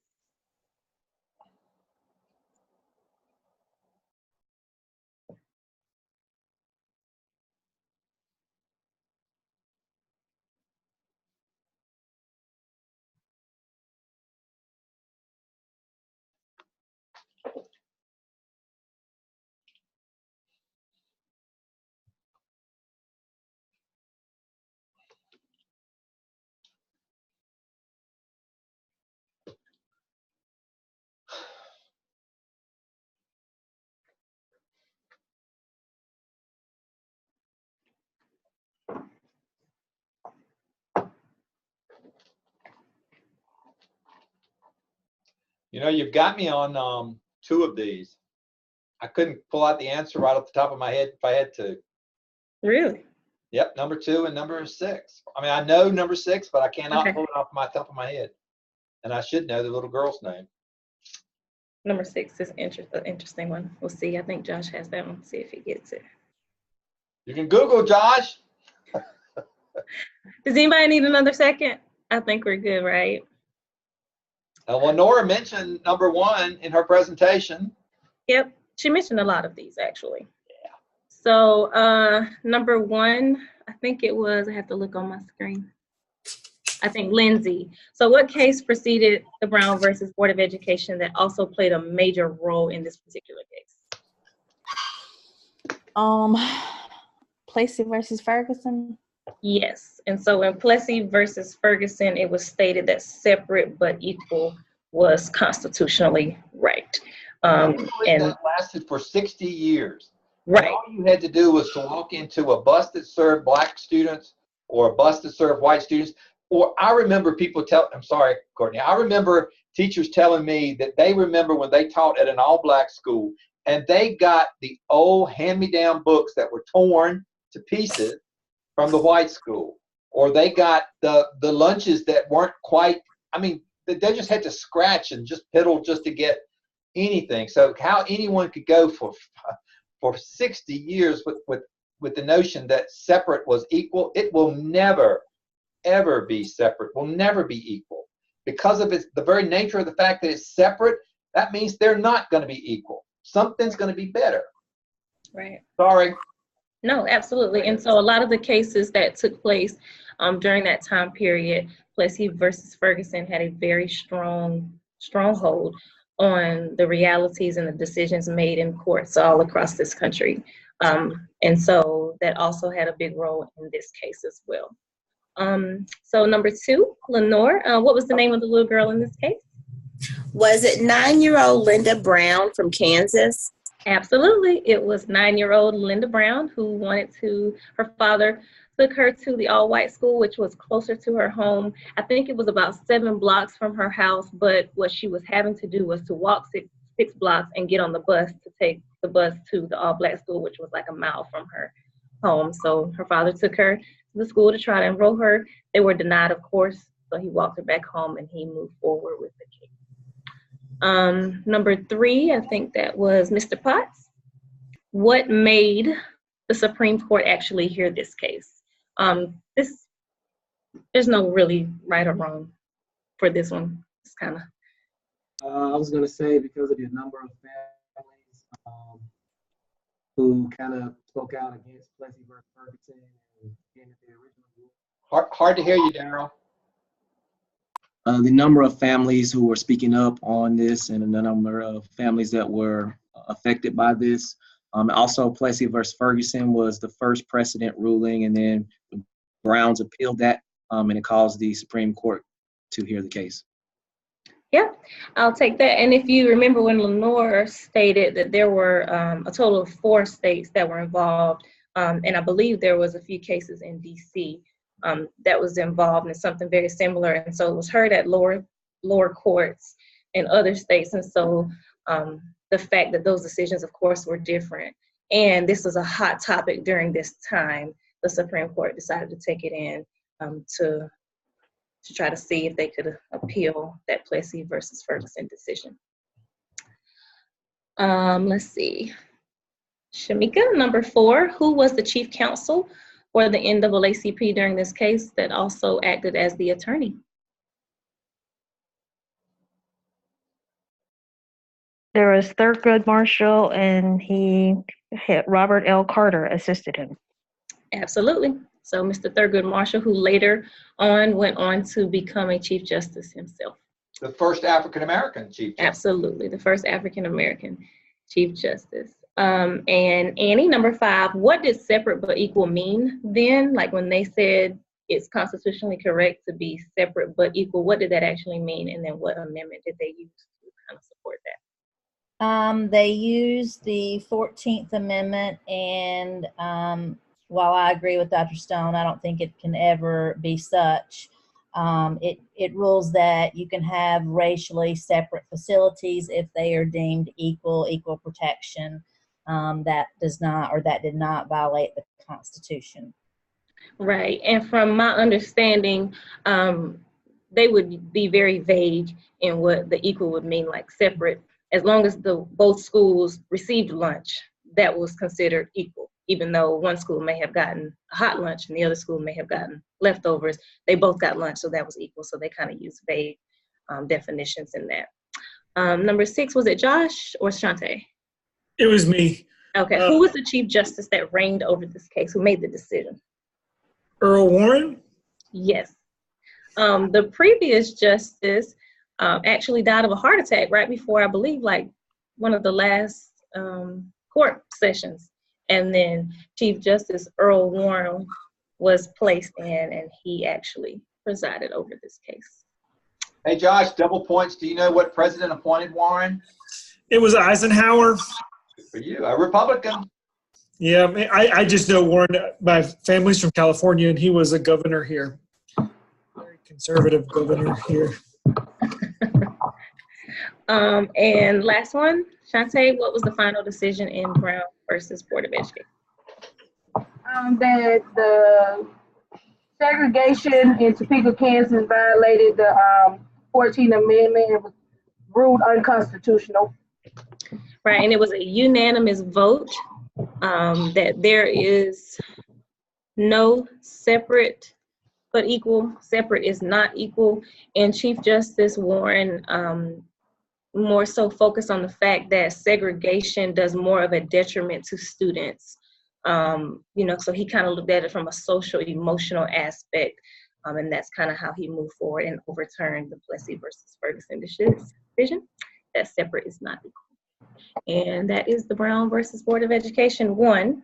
Of course, we had 2 because, like Lenore said, once they deemed it to be separate is not equal, of course, it was up to the states to make the decision as to how they were going to make their schools desegregated.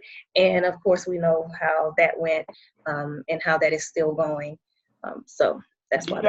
Do you know when North Carolina finally, now remember the decision was in 1954.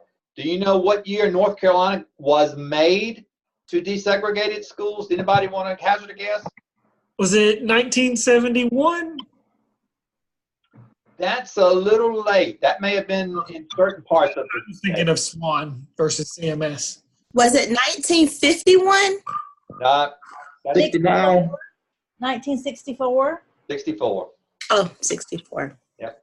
That was, and I remember it because I was in 5th grade, and the first time we've had a black student was in 5th grade. Is that right? 54? Yeah, it would have been. 60, yep. That was the first time. No, that's putting me a little older. That's when my county, all right, 64 was the year in which North Carolina required it. But even then, counties could be slow at it, which I would not be surprised if the 71 were not the case. But for Person County, where I grew up, it was in my 5th grade, so I was 9, born in 57, so it was 66 when Person County, North Carolina, decided it was going to integrate its schools. That is all, and remember the court said with deliberate speed. So that's how long it took us. All right, so Lindsay, you're up.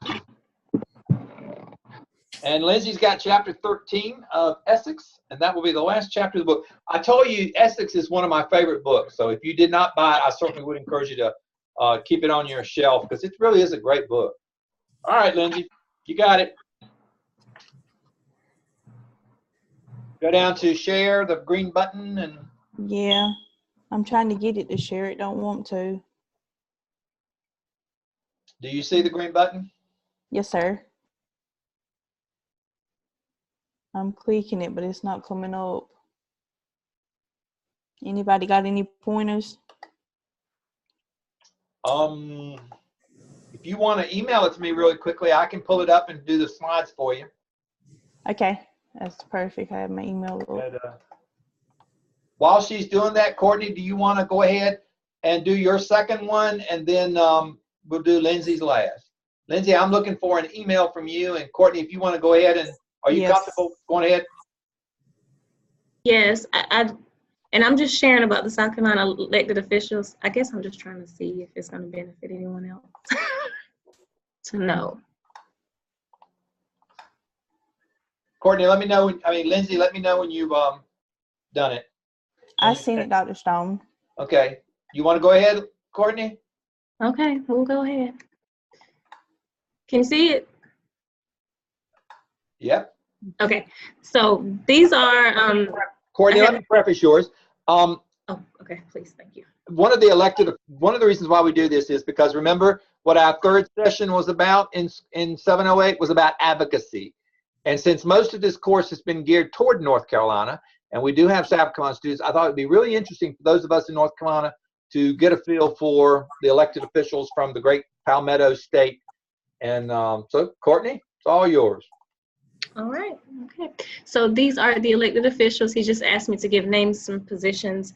So I'm just gonna go through it very quickly. But the South Carolina federal officials are Lindsey Graham and Mr. Tim Scott. They are senators and they are both Republicans. What's unusual about that? You're on the spot, Courtney. What is unusual about South Carolina's? Okay. The obvious, of course, is you've got Lindsey Graham, and if you follow the national history, you know that the man is, I don't know, you'll have to judge him yourself, Courtney, but he's whatever. And then you have Tim Scott, Republican African American. Now, how often do you see that? I'm not sure of the statistics, but South Carolina is a Republican state, as we all know, so I guess I'm not sure. All right, go right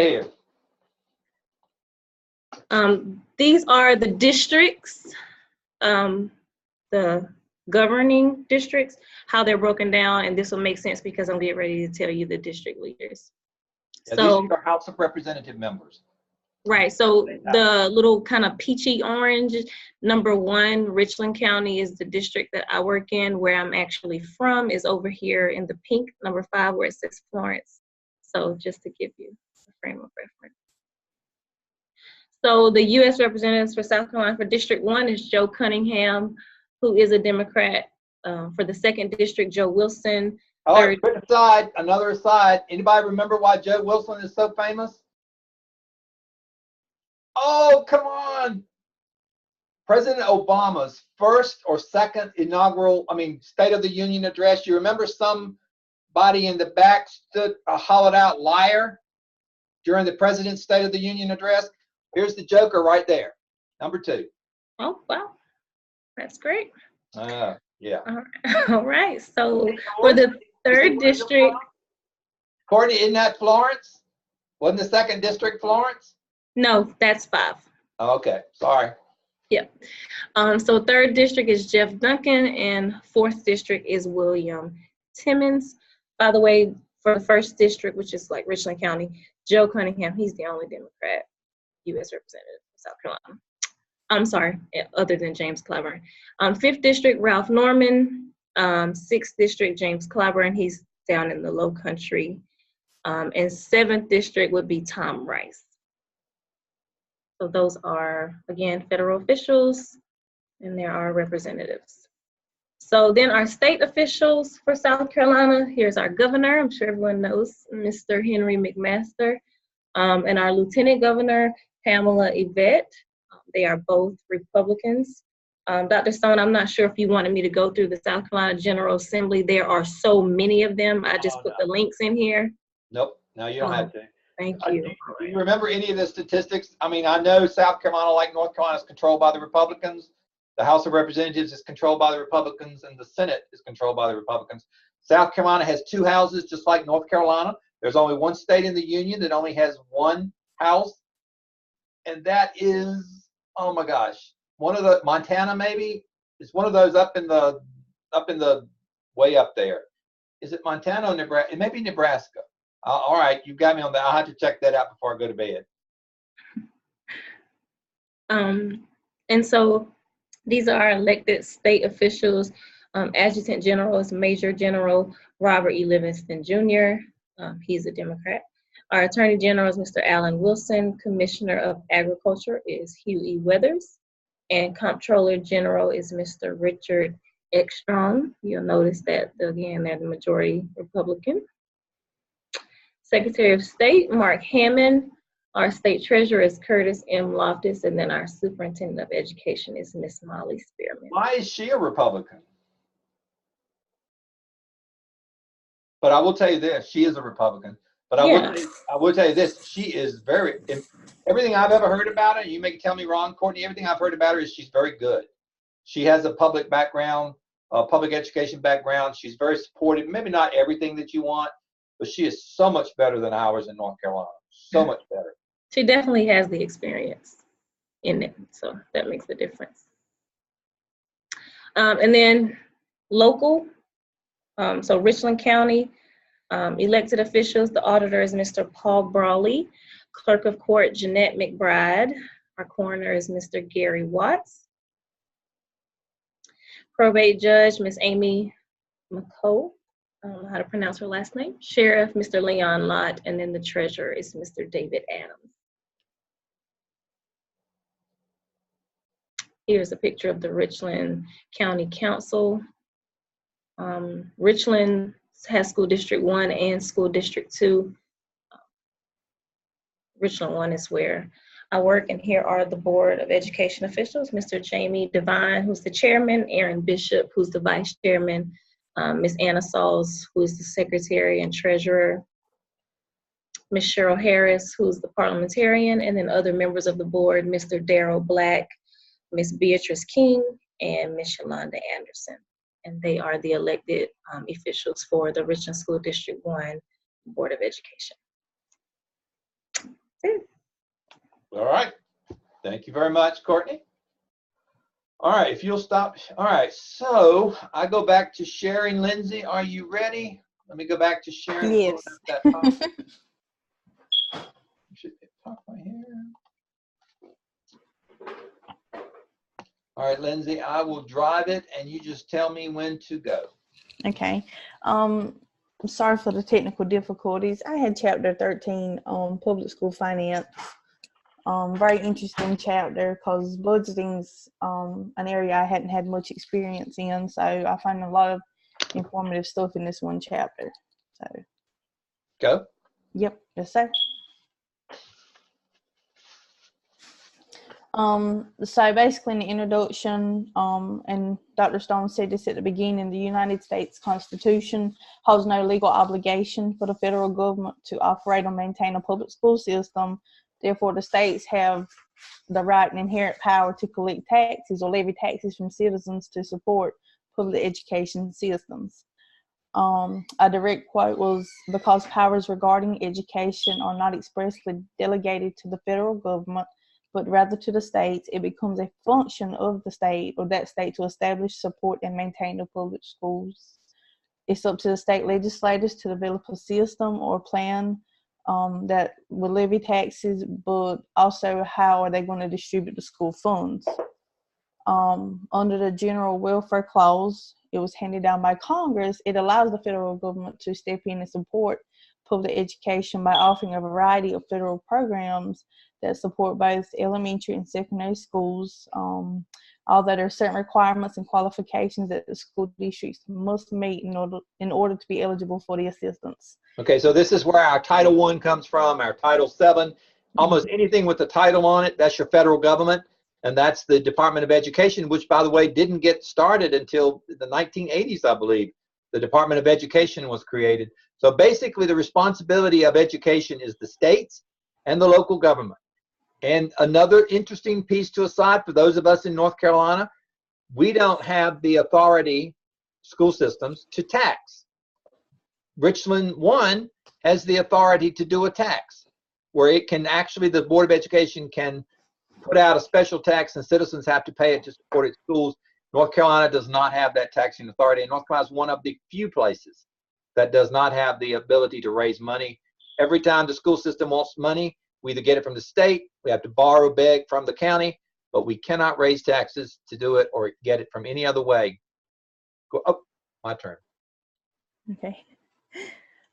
Taxation for public schools, state and local tax, they account for 90% of our educational expenditures.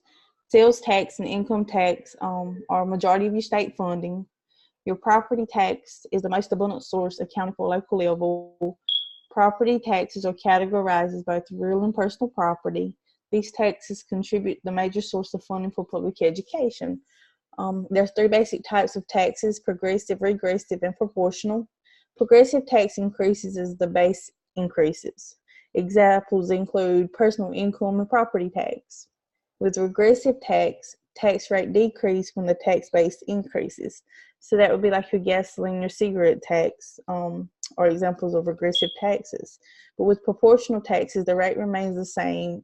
It's considered the flat tax rate, such as our sales tax in our counties or states. So when you have to walk, when you have to go down and pay your property tax, just know the vast majority of it is going to support public schools in your county. Mm-hmm.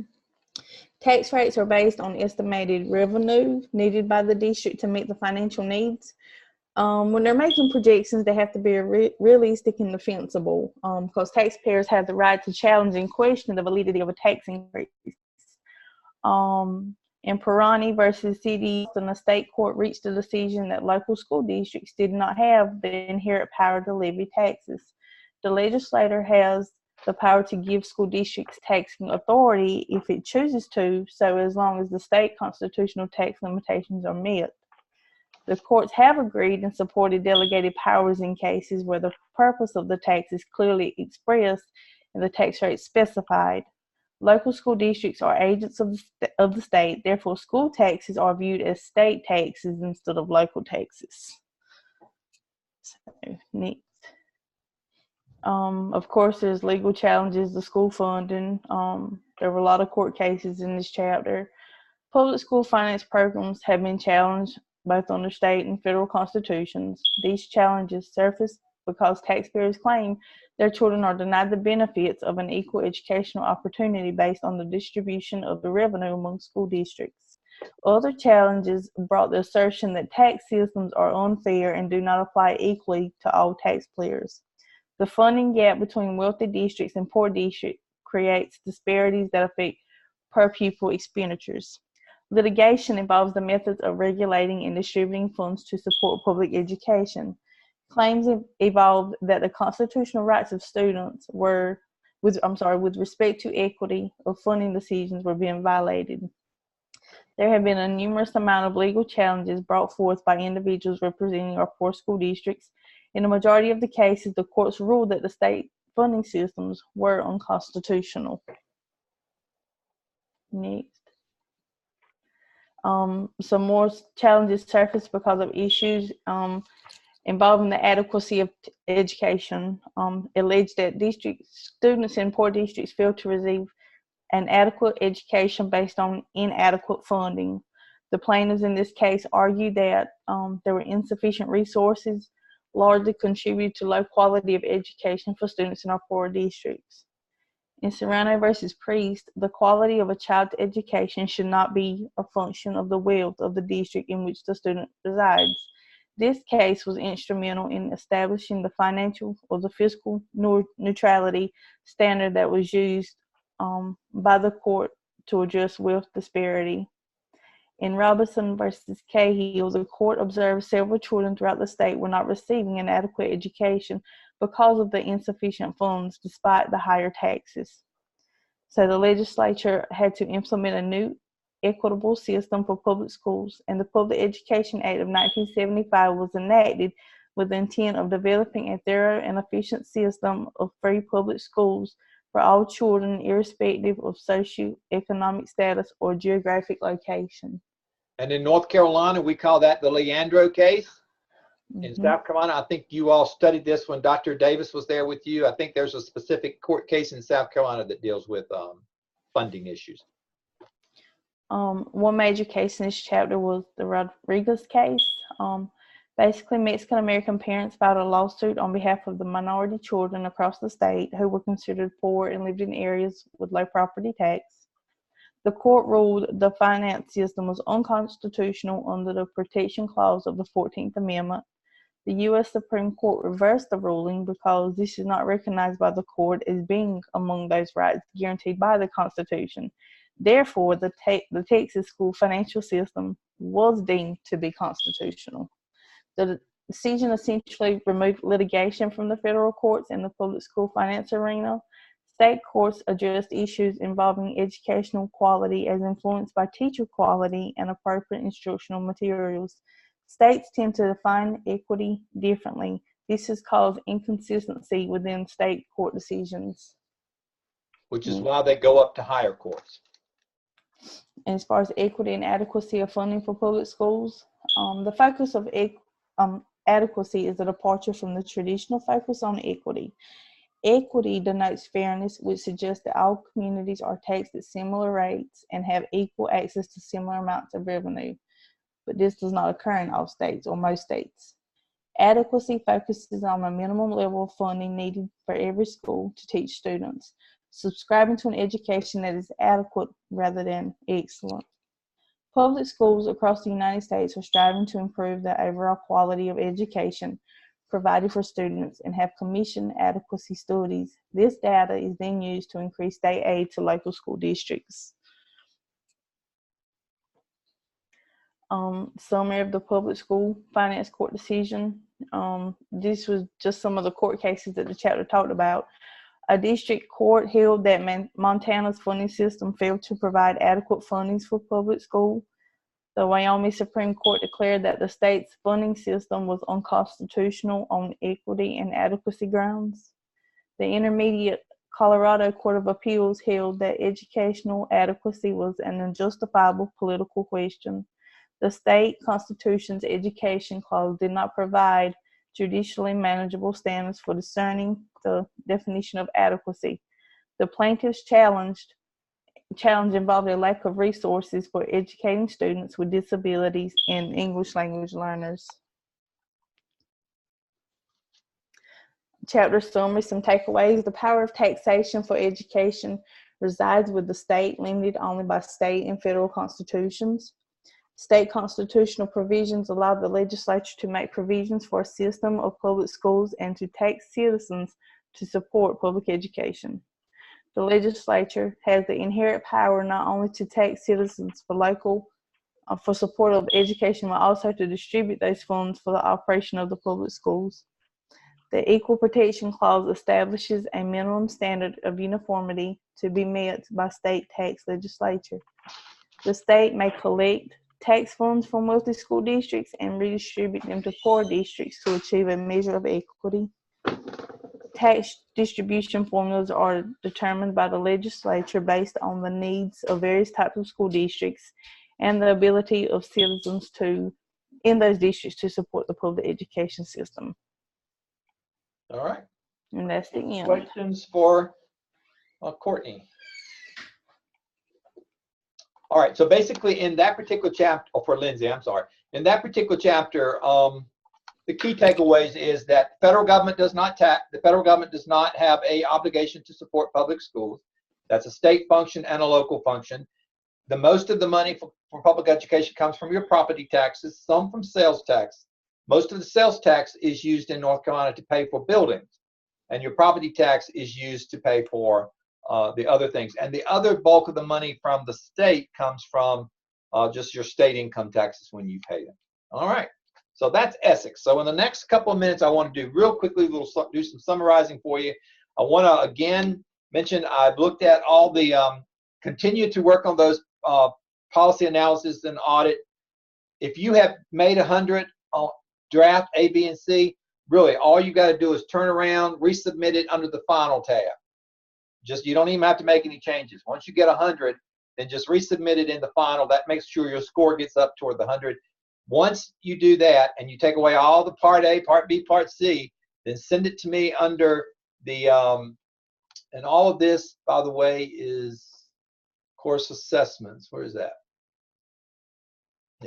All of this can be found under course assessments. Here's where you do it.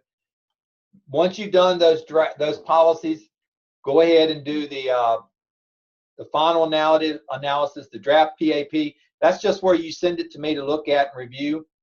But here's the finals. All you got to do is enter these things, the final A, final B, final C. You don't even have to do the draft PAP. If you just send me your final after you've made 100 on everything, that's where that goes. Here's where your chapter presentations go, and you've already done your court cases.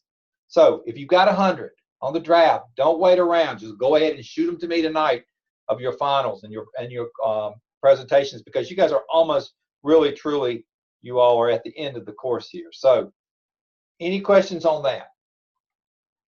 Once you've done that, you sent me that final, and I've given you 100 on the final. At that point, turn it in, task stream. Make sure you attach the, go over here to the PAP section. Go and make sure that you have attached a document that deals with the descriptors and the rubrics.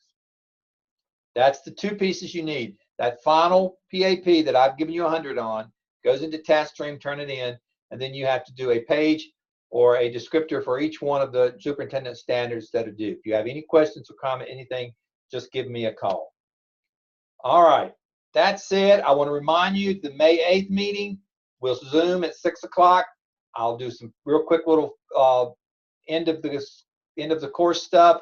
I do want you to do your final reflection, and I'll try to find out why this one doesn't open. And after 30 minutes, just stick around if you want. We'll talk about anything you want to talk about. Maybe I'll have some information for you then about 710 and what to expect, and I'll put that on my note to do tomorrow. 710 Charlotte. All right. Are there any questions for me? Not Josh. So Daryl, remember, I want you to stick around for a quick little something. Anything else from anybody for the good of the group? Congratulations again, Courtney. Thank you. Missed you guys. We missed you too. All right. Anything else from anyone else? Did you say we had class on May 8th or May 1st? May 1st. Okay. Isn't that right? May 1st. Yep, May 1st. We're done May 1st. That's your last one. Okay. All right. I'm gonna before I talk to Daryl, I'm gonna mention again about dissertation. So if you guys are done, real quickly, I just want to share. You stick around if you want, but just a reminder of what I said when we first started. When you're in 710, I think that is a 12-hour course. Is that right? I think that's the 12-hour one, which means you are going to already be paying extra for that particular course. If you decide to start your dissertation, which is 712, then that means you're also going to be paying for those 6 hours. So you're going to be paying for 18 hours next semester if you decide to go ahead and get started on your dissertation. In the long run, it's all going to wash out, because if you pay for those 6 hours this semester, the next semester you only have to pay for 3. But if you don't get it done in those 3, you've got to do another 3. So that's when it starts costing you a little bit more. So make sure, and I'm not discouraging any of you from doing it, because if you're ready to roll, let's do it. But if that's something to think about. If you decide to start on your doctoral work, that's course 712, you're going to have to register for it, and you're going to have to pay for 6 hours. So just think about it, but I'll be more than glad to walk through with anybody on that.